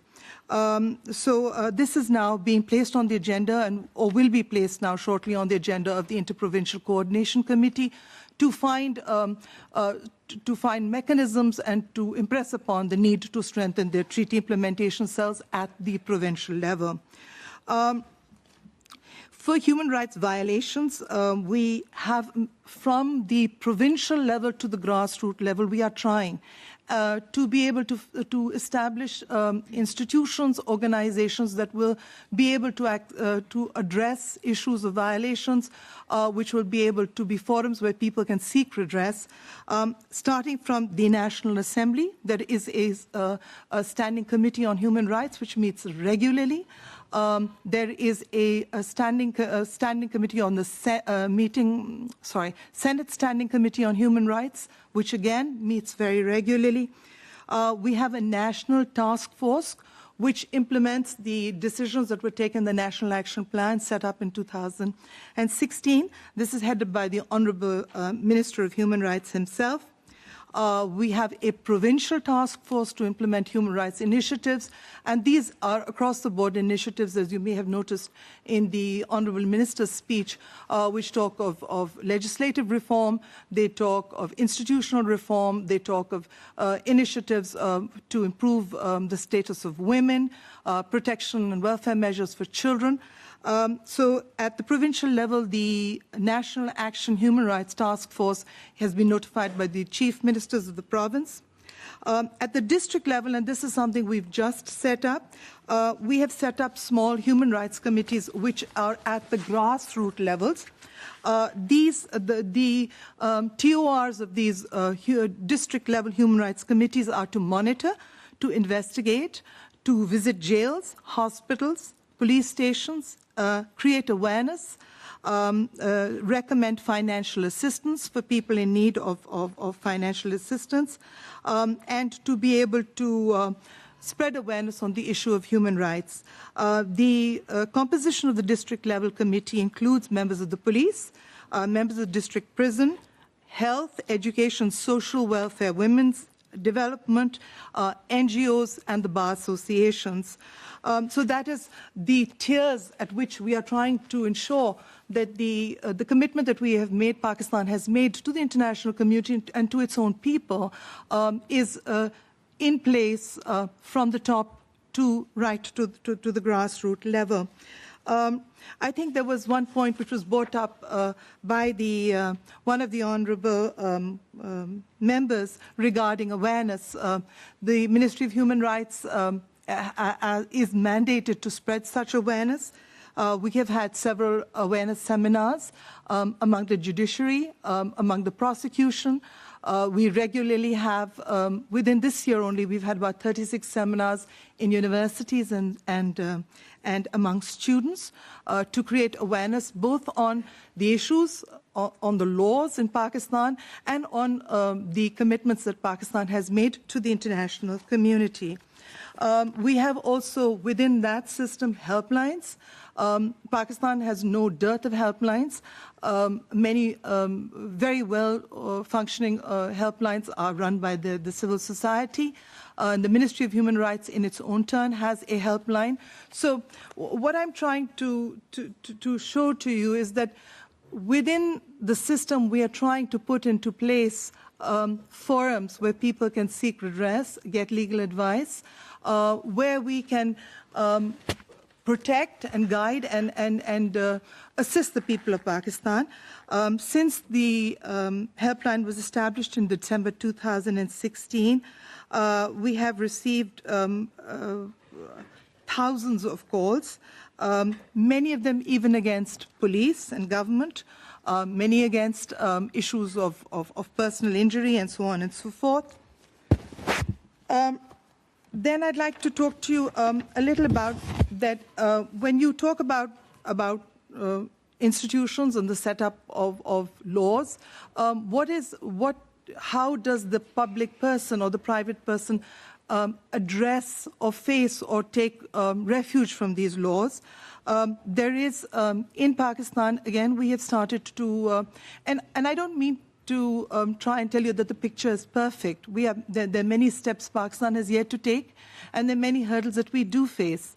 But we're trying to put into situations whereby somebody of indigent means is able to find legal redress. We have legal empowerment committees, which come under the Law and Justice Ministry. We have district legal aid empowerment committees, which come under the district and sessions judge. They provide assistance, legal and financial, to people in need. The Ministry of Human Rights itself, we have an endowment fund of 100 million rupees, which is a revolving fund for addressing and helping people in need. We also have a Asha Endowment Fund, which is for the payment of compensation for people who cannot pay such payment. And we have provincial legal aid committees. So I hope, without digressing, that I hope I've been able to tell you the institutions that are in place, the mechanisms that are in place, and the laws that are in place to be able to address and to try and implement all the commitments that we have made to Pakistan, to our community, to the international community, and to our people at large. Thank you very much. I'd like to ask the Minister. I would like to ask Mr. Dr. Imran Zeeb, he's the Chief Commissioner of Refugees in Pakistan, that he will respond. Thank you, Minister. Madam Chairperson, honorable members of the committee, a very good afternoon. At the outset, allow me to express my gratitude for your gracious consideration of accommodating issue 28 and a part of 17 today. Honorable members, Pakistan continues to host one of the world's largest protected refugee situation, now for over 4 decades, to be precise, 38 years of hosting refugees. Successive governments, being led by different political parties and at times by generals, kept one policy consistent till date, and that was to uphold the principle of non-refoulement. And as such, we hosted refugees in line with the international customary law. As I speak, Pakistan hosts 1.4 million registered Afghan refugees who have been registered with biometrics and have been issued sophisticated cards, high technology. And along with that, we also host an estimated 600,000 unregistered Afghans in Pakistan. The honorable member had given a figure of 1.5 million, which was way back. There has been repatriation over the years, and we have worked out that estimation, one through our own agencies, our own commissionerates in the provinces, and secondly, through surveys where we found out that wherever we find 100 registered Afghans, there are 30 to 35 unregistered Afghans living in the same vicinity. To manage this population and to also look for solutions, the government of Pakistan approved an Afghan management and repatriation strategy in February this year. This strategy, for the first time, has had 2 very unique principles built into it. One was that besides having interministerial consultations to get to the cabinet for approval, as well as have consultations with the provinces, this time, for the first time, the entire, I repeat the word, the entire national political party's leadership was consulted. And a series of meetings were held, and a consensus document was recommended for the cabinet. As a matter of fact, we went to the cabinet twice, and the Prime Minister advised us that no, I do not want to see opinions, bring a consensus document from the entire national political party's leadership. And as such, there is a very strong political will behind this strategy. So this is something which is very important, that we have the entire national political party leadership behind this policy. The second unique thing in this policy is that in the past, if you had seen our policies, they were repatriation or voluntary repatriation centric. This time there is emphasis on management of Afghan refugees in Pakistan. To your questions, what I'm going to do is that I'm going to give you a brief on the salient features of this policy and its implementation status, which would address the three questions raised by the honorable member, as well as I would also like to address issue 17 within this implementation part. The first important decision that the cabinet took was that keeping in view the non-conducive environment in Afghanistan, realizing that there are over 1 million displaced people inside Afghanistan, realizing that there was lack of livelihood opportunities, basic amenities, and at the same time security situation, Pakistan will continue with voluntary and gradual repatriation with dignity and in safety. And the Afghans will take the decision on a very well-informed basis as to when and whenever they want to return. So this was the first salient feature of this policy that was approved. As such, this year, as I speak, over 36,000 registered Afghans and over 70,000 unregistered Afghans have returned voluntarily back to Afghanistan. The registered Afghans are being assisted by UNHCR in their reintegration, whereas the vulnerable amongst the unregistered are being assisted by IOM in their reintegration. The second important feature of this strategy, and this also relates to the question here, was adoption and enactment of a national refugee law. As very rightly mentioned, we had worked on a draft national refugee law way back in 2013, and we were working through interministerial consultations and consultations with the provincial governments.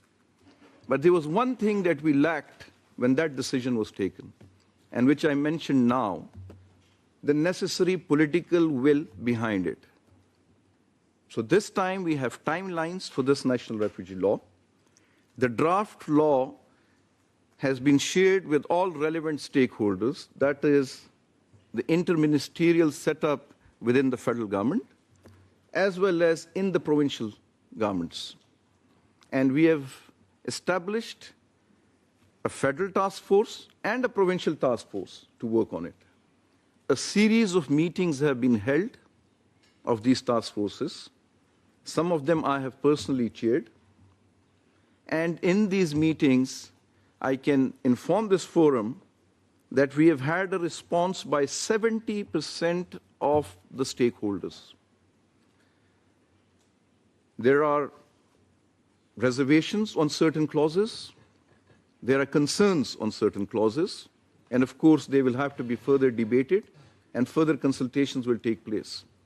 The course of action is that once we have the viewpoint from all the stakeholders at the federal level and at the governmental level, we would also embark on consulting the civil society, think tanks, and other entities in Pakistan. And then this draft law will be shared with the parliamentarians. So from the bureaucracy, it would move on to the politicians. And to do that, this committee, I'm sure, is aware that we have a standing committee for each ministry in the lower house, that is the National Assembly, and in the upper house, that is the Senate. So the standing committee of the ministries, relevant ministries, which is Saffron, Human Rights, Law and Parliamentary Affairs, will first look at this law, and then accordingly, the procedure would go on, and at the end of the day, the end result is it goes to the parliament as a bill and it has to be approved there. The timeline attached to it, as I said, we have put in timelines this time. We are looking at 31st January 2018 to have the law passed. So from now onwards till 31st January 2018, there will be a series of steps, as I mentioned, where there will be consultations, seminars, and advocacy by different people. And of course, at the end of the day, the ball would be in the court of the Honorable Minister and the MNA, and the MNA is sitting over here, the politicians. But our job will be to get it down to the Parliament for that. The copy of the National Refugee Law, the draft law, if it is required, we can share that with you. We can share that National Refugee Law copy, the draft law with you. So this is where we stand on the implementation of the National Refugee Law. Another important feature that the Cabinet approved, and that also relates to another important question raised today, was the documentation of unregistered Afghans in Pakistan. This decision was also taken for the first time, as a matter of fact, in 2010. But at that time, Pakistan's viewpoint was that since we are documenting these Afghans as Afghan citizens in Pakistan, as not as refugees, it is necessary that this process should be credible, transparent, and we should not raise any controversies by saying that Mr. So-and-so is an Afghan citizen and I verify him as a Pakistani. And tomorrow you would have an issue. So we were looking for international support. We were looking for an independent organization, and we were working with IOM to come and register this population. And the main reason for this was that keeping the security situation and keeping the geopolitical situation of the region, we must, and I'm sure we all acknowledge the fact, that when you can't give a name to the face, that man becomes the first suspect. And at the same time, he becomes vulnerable if he's innocent. So we wanted the international community to come and support us, but as a matter of fact, I regret to say that the international community did not come forth and support. We continued with this, and in 2013, we again said we need to do it, and we started working with the government of Afghanistan.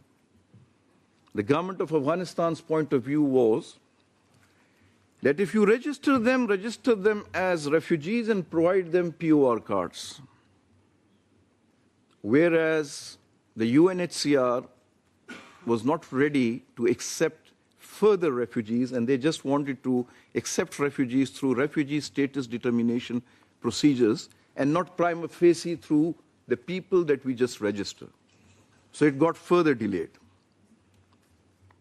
But after the gruesome attack on the Army Public School in Peshawar,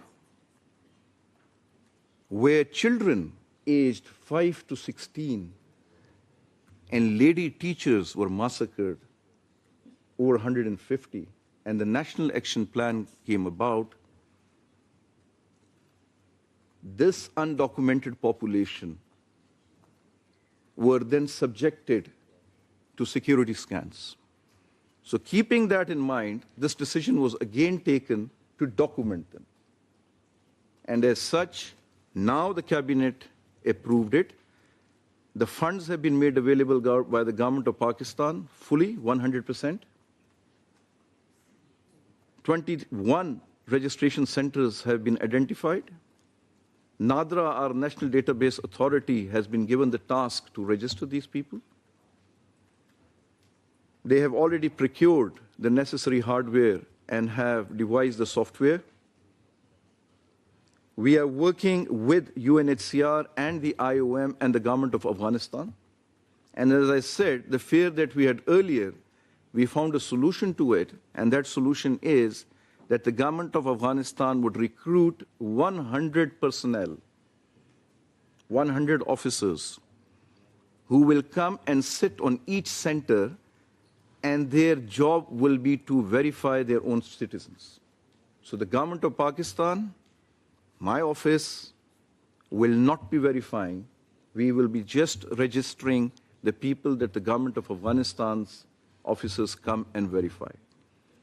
The timeline set for it is that the mass information campaign shall commence in the next week, letting the unregistered population know what centers they have to come to, what are the benefits of getting registered, and advocating that they should show up for the registration centers.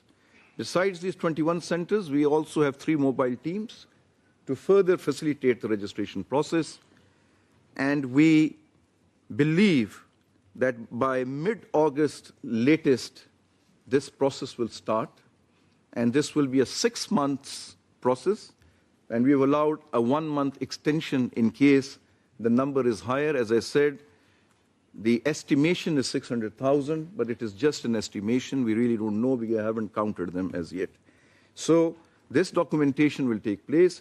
Now the question is, what happens to them when they are documented? So the understanding with the government of Afghanistan is that they will provide necessary travel documents and passports. And the government of Pakistan will provide visas on those passports with consideration on case-to-case basis. And another important aspect, which I think would be of great interest to you, is that while these people are being registered, and once they are registered, UNHCR would have full access to this population, and this population would have full access to UNHCR. So if there's anyone who's in need of protection, will go into the mandate of UNHCR as a refugee. And the remaining, of course, we will have to deal with that. So that is why within the task force and within the operations that we are carrying out, UNHCR is an important member with us, along with IOM. And of course, to enhance the capacity of the government of Afghanistan for issuance of passports and travel documents, IOM has been engaged, and certain other donor countries are also there to help. And we have been assured by the government of Afghanistan that they will be in a position to issue them with travel documents and passports. Another very innovative feature of this policy, which goes more towards the management side, is that we all understand that the 1.4 million registered Afghans in Pakistan, all of them are not there for need of protection. There are people amongst them who are there for economic reasons. There are people amongst them who are for reasons other than protection and economics. So the government of Pakistan has introduced a very flexible visa regime, which has been approved by the cabinet.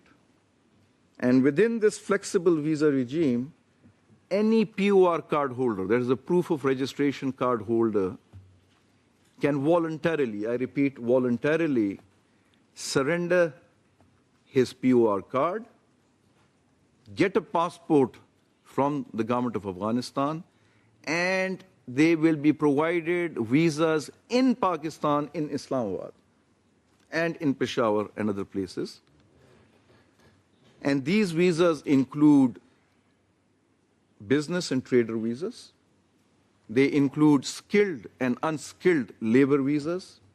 They include student visas, and they include spouse visas. And we are also considering health visas for that reason. So this visa regime has also been finalized. Our offices, the commissioners in the provinces, will process the cases, and we have devised separate forms for each category. And through these forms, ultimately, the Ministry of Interior will be issuing the visas, and there's a process in place. For example, if it's a businessman, it will have to be routed through the Board of Investment with their recommendation. If it's a student visa, the principal, the headmaster of the institution, or the vice chancellor of the university would certify that this boy or girl studying in class this or doing this medicine or whatever, based on those certifications, the visas will be issued.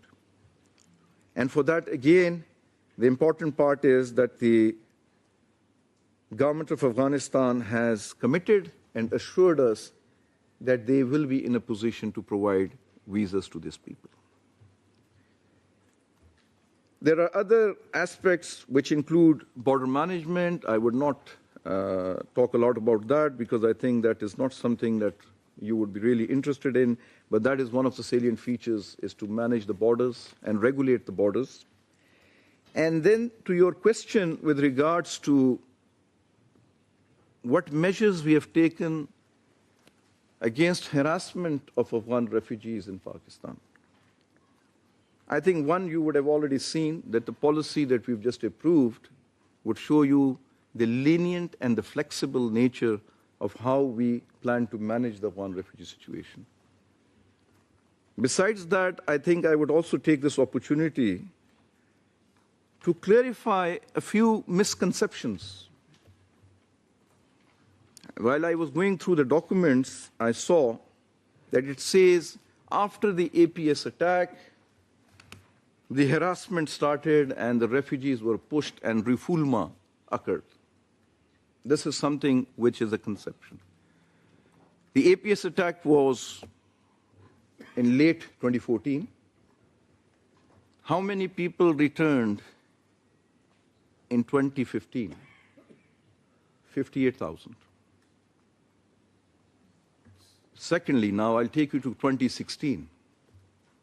How many people returned from January till 30th June 2016? 7,000. What happened in July 2016 is what we need to understand. The security scans were going on in 2015. The security scans were also going on from January to 30th June 2016. Why weren't these people being harassed and why were they not being sent back forcefully during this period? What changed on 30th of June? The most important aspect that changed was that the Torkham border, which is our northwestern border with Afghanistan, was regulated. And when we say it was regulated, that means you now required a passport and a visa to cross over. The population in the northwest, which is Khyber Pakhtunkhwa province, are the longest staying refugees in Pakistan. They are the case from the 80s. Of course, 74% are born in Pakistan. But there was one thing about them, that they were regularly going to and fro to Afghanistan, and what we call in Pashto is a Dwakura phenomenon, which is two homes. You have a family in Jalalabad, you have a family in Peshawar. So you are moving around for cultural things, marriages, deaths, everything. And then on 30th June, he said, you can't come into Pakistan, you can't enter. You need a passport and a visa now. Because if you are a refugee, it does not allow you to go to your country of origin across the border without documents. So the border was regulated. And as such, in my interaction with the refugee elders, they used to tell me, you have killed our way of living that we were having for the last 36, 37 years. And that prompted a lot of people to decide to repatriate because they thought things are not as usual anymore. That was very important. The second important aspect, which we should not forget, that the UN High Commissioner visited Pakistan, and on 26 June, he announced the doubling of the repatriation grant from $200 to $400. Now, normally, this $200 extra doesn't seem big. A refugee family unit is 7 people, so that makes it another $1,400. But that's not the case. Refugees, Afghans, have extended families. And when you look at the extended family, they're 28 to 35 people. So 28 to 35 people multiplied by $400 became a huge incentive to return. So many people opted to return because of that grant. The third important thing which was always missing and which came about in the months of July and August was a very proactive, vigorous campaign launched by the Afghan government, Khpal Watan, Gul Watan, your own country, the flower country, where jargas were held by His Excellency the Ambassador of Afghanistan in Pakistan, and an appeal made by President Ashraf Ghani saying that the Afghan nation is not complete without the people returning back. And these measures and these jargas changed the way of returns. Like there was a family or 2 or 3 families deciding to leave, but now when you hold a jarga of Afghans and the ambassador invites them, the number increased. So now there were not 2 or 3 families deciding to leave, there were a large number of people. But then comes where is your interest, sir. There were 2 terrorist attacks in Khyber Pakhtunkhwa, and as a result of those 2 terrorist attacks, there was a crackdown on unregistered, I repeat, unregistered Afghans in Khyber Pakhtunkhwa in areas around Peshawar. And we immediately intervened from the federal government. Now we have to understand that when you talk about Afghan populations, you have an undocumented Afghan. It's not that they they live in the south of the city and the registered ones are in the north of the city. They live together. So when you have a crackdown on undocumented Afghans in an area, it also impacts the documented Afghans. We intervened, we met the provincial government, we convinced them, and within 3 weeks, it was over. This also impacted some people to return, which brought us bad press, and hence the Human Rights Watch report, but not realizing the other accumulative impact of other factors which were there. They only looked at this one factor, that was 3 weeks, but we stopped that. And we convinced the provincial government that the federal government will embark on the registration of these people, and they agreed to stop that operation. And as such, the federal government kept its word, and the government of Pakistan has embarked on the registration process now. So that particular issue of harassment for undocumented Afghans, we are going to address now. And the returns will remain voluntary throughout. Now I'll come to issue 17, which is on the freedom of movement. We all must realize one thing, that 67 to 70% of the Afghans live in urban areas and outside camps. And only 30% live in camps. And the POR card holder, I repeat, who holds the POR card holder, under the government's administrative decision, is allowed to live and travel in the length and the breadth of Pakistan. We have had instances, which I would like to quote, where in certain parts in Sindh and certain parts in Punjab, people were detained saying that you are registered in Peshawar, what are you doing in Sindh? They were taken to the court asked our opinion, we provided that opinion promptly, saying that the POR card holder can move across the length and breadth of the country, and they're allowed to do so till the decision of the government of Pakistan. I believe I've taken a lot of time, but I thought this was an important forum, this August forum, where I could bring about some clarities on the issues of Afghan refugees. And if there are any further questions with this respect, I will not be here. The delegation is here, but my office is ready to communicate and respond to any question that is raised by the honorable members of this committee. I thank you all.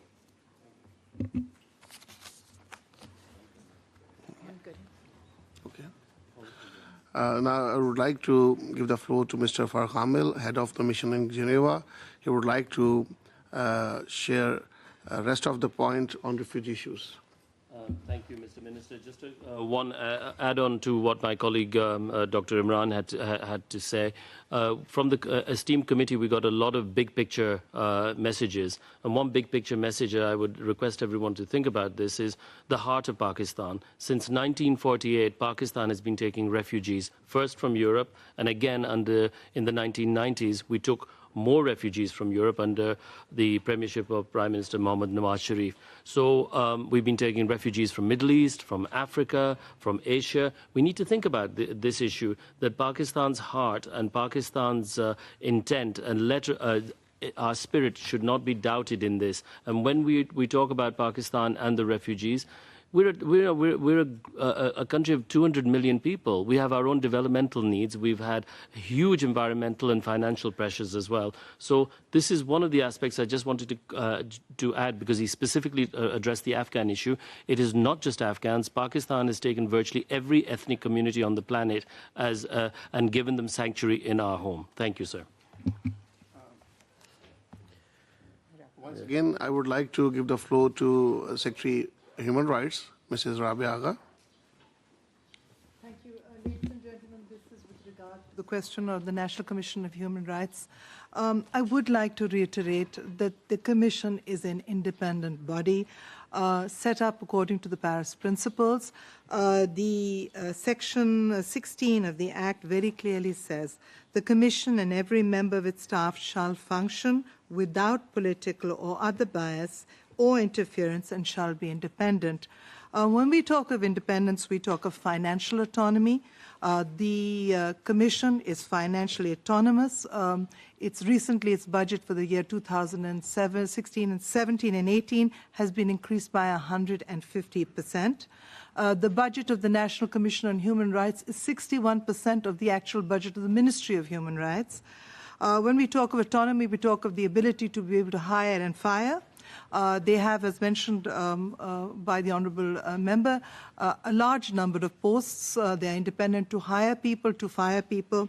When we talk about judicial independence, we talk about their role in being able to address human rights issues and violations. I would like to tell this forum that we have ourselves submitted 635 complaints to the Commission for redressal, many of them even against government officers. The question then arises with regard to the statement that the Human Rights Commission has been placed under the quote-unquote aegis of the Ministry of Human Rights. I would like to say that what simply happened was that we have a rules of business which identify the framework of cooperation with the government. The Ministry of Human Rights, in the rules of business, the Commission of Human Rights was placed. The government functions under the Ministry of Human Rights. I'll give you an example. The Supreme Court of Pakistan, which is the apex and most independent judicial body of Pakistan, the government functions of the Supreme Court in the rules of business come under the Ministry of Law and Parliamentary Affairs. This is not in any way to impede on the administrative or judicial independence of the Commission, but simply to create a channel of communication between the government functionaries, and this is simply the rules of business. So just to clarify this, back to the Honourable Minister. Thank you. So I would like to give the floor to Chaudhry Shafiq, that he will share his view on NCHR. Thank you, Honourable Minister Saab. My name is Shafiq and I work with the Commission, National Commission of Human Rights, as a member, one of the commissioners. We are basically 8 members in the Commission. I'm thank you very much for giving this opportunity to interact with this August committee, and working with the UN system and the committees is at the center of the Commission, and we recognize that this is very important for national human rights institution to work with the UN human rights system, because we are a part of the overall human rights movement at the global level. And in the Pakistan, as enshrined in NCHR Act, those in 2012, which is the founding act of the National Commission, the Commission is working fully independently in Pakistan. We are financially independent, we have policy independence.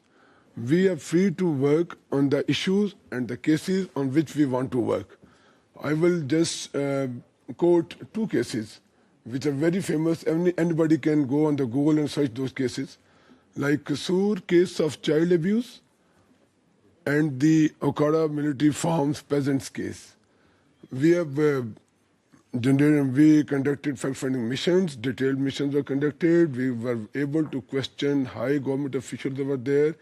And in the Okada case, even the military service men was there to answer our questions, and they did not obstruct or did not stop any of the fact-finding activity. Those reports were submitted to the Senate committee and the human rights committees of the parliament, and those parliamentary committees endorsed our fact-finding reports, and we were able to find some amicable solution to the long-standing human rights problems in those two cases. So this misconception should be somehow now addressed, that there is some tug of war between the government and the commission. Government has different role. We have our different role. They are service providers, we are not service providers. We are working as a watchdog, and we have no interference from any government body in our work. We have given finances which are at the disposal of the Commission and which are withdrawn by the decision of the Commission as per our existing financial schemes. To add to it, I will also add to it that to attend the UN committee meetings, whatever is decided by the majority of the Commission, as per Section 10 of the NCHR Act, it is the Commission who has to decide as a body corporate. The authority lies with the Commission, not with the individual member or anybody else, and not with the government, obviously. So whatever is decided by the Commission with the majority of vote, that is communicated to the relevant stakeholders, and that is respected in true letter and spirit. Thank you very much.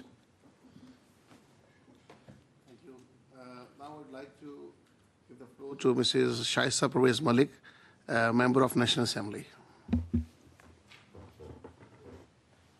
Thank you. Thank you very much.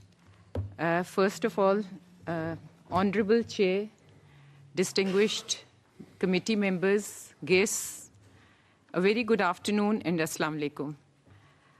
It is actually very encouraging that you all appreciated our efforts in moving forward in what measures we are taking. As said, Pakistan is a transitional society with multi-dimensions, with 6 provinces forming a federation, with different languages, castes, traditions, and cultures. Country has multiple challenges, and we are fighting all menaces at different fronts. Pakistan's parliament, judiciary, and executive they are together fighting the challenges, and we stand by our commitments and are moving forward with responsibility. The challenges have increased manifold, as previously told by my colleague, that this current fight against terrorism created multiple problems. Natural disasters, floods, and earthquakes. But these are not excuses we make. We stand committed in fighting and have invested our energies in legislative measures to protect the rights of child, women, and minorities. And here I would like to tell you that I am the Secretary of the Women Parliamentary Caucus, besides being a member of the National Assembly. And this is an informal forum of women from all across party. And this forum provides an opportunity for drafting, legislating, and oversight roles in consultation with civil society and other stakeholders.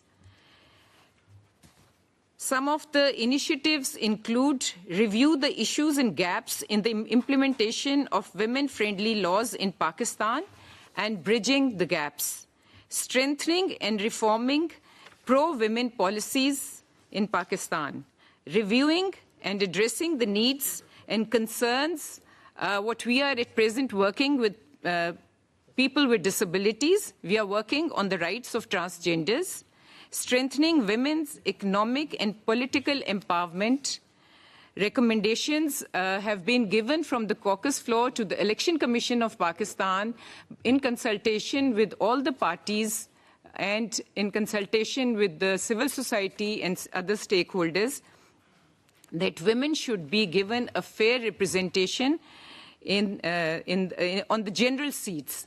Earlier, it was more on the quota system. But now the glass ceiling, as I say, is broken, and we are moving towards having more women from the general seats and a right to vote, because there are places in Pakistan where women are not allowed to vote, and it is now in law, it will be made into a law that until and unless 10% of the women of the voters are not women, it should be null and void. So that will include women in it. Now, there were many, I would here like to mention one more thing, that because we are a democratic country and we are moving towards involving the opposition parties also in it, a member of the political party was with us, but he could not make it at the last moment because his mother passed away on Saturday. So, as being the representative of the government, I am here. Now, there were certain queries that regarding the violence against women. In order to curb, these customary practices and eliminate violence and discrimination against women, a number of laws have been passed in the last few years. And the government is taking policy as well as administrative measures to implement pro-women legislation. And there are anti-rape amendment bill, which was my own bill, which the government took over, and then together we had it passed. And on anti-honor killing bill, which was closely worked with the women of the parliament, the protection of women at harassment at workplace. I mean, there are a number of laws. Because of shortage of time, I will not go into detail. In addition, National Commission on the Status of Women Act 2012 was enacted, which strengthened NCSW and gave quasi-judicial powers to it. Out of NCHR's 8 members, 5 are women. And consequently, the devolution to the provinces with the passage of 18th Constitutional Amendment, provinces have enacted their own laws for women protection and promotion of their rights. Women Crisis Centers, Family Protection and Rehabilitation Center for Women has been established in 2004 in Islamabad to provide support and family protection and rehabilitation for the survivors of domestic violence. Social and legal counseling is also provided. Psychological counseling, medical aid, legal aid, awareness raising and training activities are conducted with the survivors. Awareness raising and training activities are conducted with the survivors. Individuals, family and group counseling sessions for reconciliation, reintegration, social rehabilitations are provided. Shelter Home provides temporary accommodation to women and their children, free accommodation, food and other basic necessities, basic education to the children, to impart professional vocational trainings also. And Punjab Violence Against Women Law 2016 was passed to deal with violence against women in a comprehensive manner, as you mentioned. Accordingly, violence against women centers being established in Multan, Punjab, but 2 more centers in Faisalabad and Gujranwala are soon, they are coming up. They are nearly ready. They'll be operative very soon. 1 window centers, domestic violence centers are being made, helplines are being provided. And I think violence against women is quite diligently, it's been addressed, and multiple programs are going on for this. And now, the the measures taken for domestic violence, this was another question which came up. After extensive consultations with all stakeholders, including the civil society, the National Action Plan on Human Rights, which also focuses on elimination of gender-based violence, National Commission on the Status of Women is playing an instrumental role in addressing the issue of violence against women. The government is taking policy as well as administrative measures to implement these laws. In addition to 26 women crisis centers that have been established across the country, Family Protection and Rehabilitation Center for Women has been established. This is to provide support and family protection and rehabilitation for the survivors of domestic violence. You know, like every other country, Pakistan government is permanently and continuously working on the implementation. It is a constant work in progress. We are trying to build the capacity of departments and carrying out awareness campaigns involving media, stakeholders, NGOs, and increasing women in police stations and sensitizing them on pro-women legislation and what is important. The Gender Crime Cell of National Police Bureau gathers data, cases of gang rape, abduction, kidnapping, and honor killings. And this is to assist policymakers to develop comprehensive and effective measures to control violence. Harassment at workplace, ombudsmen at federal and provincial levels have also been established under the Harassment at the Workplace Act 2010, providing speedy access to justice to women victims. 9 women police centers have been established, and still the work is in progress. We intend to have more. 26 women crisis centers have been established across the country to provide shelter and legal aid to victims. You know, about that light beating thing was brought up. I would here like to commend that, you know, one cleric out of 200 million people, one person said that. And it was in his individual capacity, it was the advisory council did not own this statement. And nobody took it seriously. There were resistance, and the government is continuing with his law that is there in place. You know, the Council of Islamic Ideology provides only advisory opinion about drafting bills and laws from the religious perspective, but bills are passed by the Parliament and implemented by the executive. It generated a debate which demonstrates the democratic credentials. It did create, there were debates on the media, there were debates in the press, there were debates in the Parliament, but I think that reflects the democratic norms. As in the case with every society, there are incidents of violence against women which are being reported, and perpetrators are punished in accordance with due process of law. Honor killing, yes, we were part of the whole process, and the issue of honor killing is being addressed by the government of Pakistan. There is a political attention and resolve to address the issue at the highest level. Honor killings are totally against Islam, and anyone who does this must be punished, and punished very severely. And that there is no honor in honor killings was said by the Prime Minister of Pakistan, Mian Nawaz Sharif. In October 2016, Anti-Rape Criminal Law Amendment Bill and Anti-Honor Killings Criminal Laws Amendment Bill have been passed to tackle the issue of honor killing and to increase rape convictions by reforming existing laws. Here, the Kandil Baloch incident came up. The perpetrators are behind bars, and the rightful, legal, lawful action is in place, and inshallah, they will be convicted. The government is serious and we have all intentions to have the law implemented. The issue of qiyas and diyat has been addressed under the new law.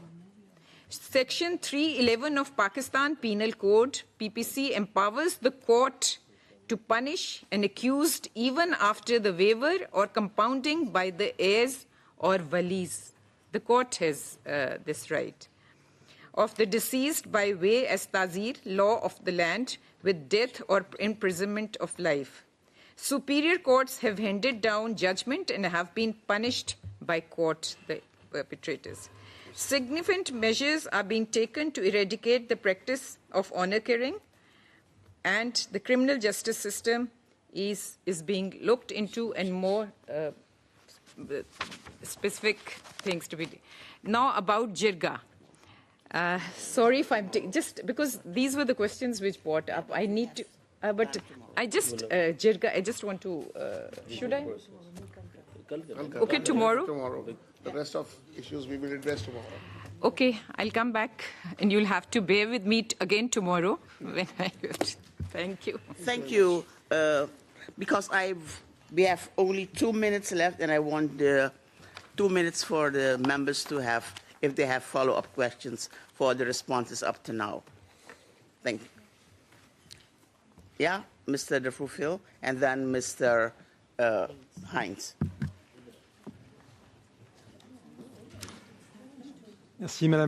Thank you, Madam Chair. But I think we would have quite a few follow-up questions, and I don't think we'll have time to raise them in the 2 minutes that we have left this afternoon. So I would like to keep some speaking time back, if possible. And I think in our dialogue with the delegation, we need to ensure that we have balance, particularly with regard to the issues. We need to ensure that we have balance in our speaking time for us as well. We took a bit longer than an hour. And we also need to ensure that on all of the issues there is balance with regard to the speaking time given to the delegation, so we don't spend too much time on one issue and not enough time on others, so that we can also explain to you about the different questions. Because if we don't have enough time to come back to them, then we can't ask for sufficient explanation. So it's very important that we ensure we have this balance. But just a very brief question on the National Commission. So the delegate is a member of the Commission, but I didn't think I've received a precise answer as to why the President or Chairman himself was not able to come here. And I think in the very sincere dialogue we've had, the fact that the Commission is part of the delegation raises the question in and of itself. It's got its own budget, so why can't there be a member here come here separately to meet the committee?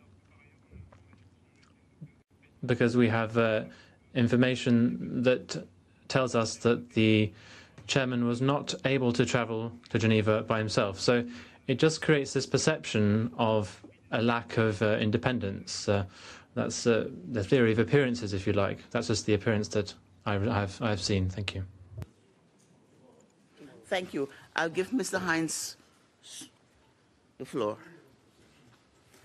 Madam Chair, thank you very much, but perhaps I can suggest that I ask my follow-up question tomorrow, if that's okay. Thank you. Because time is up now, for tomorrow, the members, first we give the delegation 10 minutes to answer on questions which they haven't touched upon, and then we give the members the time for follow-up questions and the questions for the second round. Just 1 second. Just yeah? one. So for tomorrow, you have 10 minutes to answer the questions, and then the members will have the time for follow-up questions and questions for the second round. And with this... Just one. 1 second. 1 second.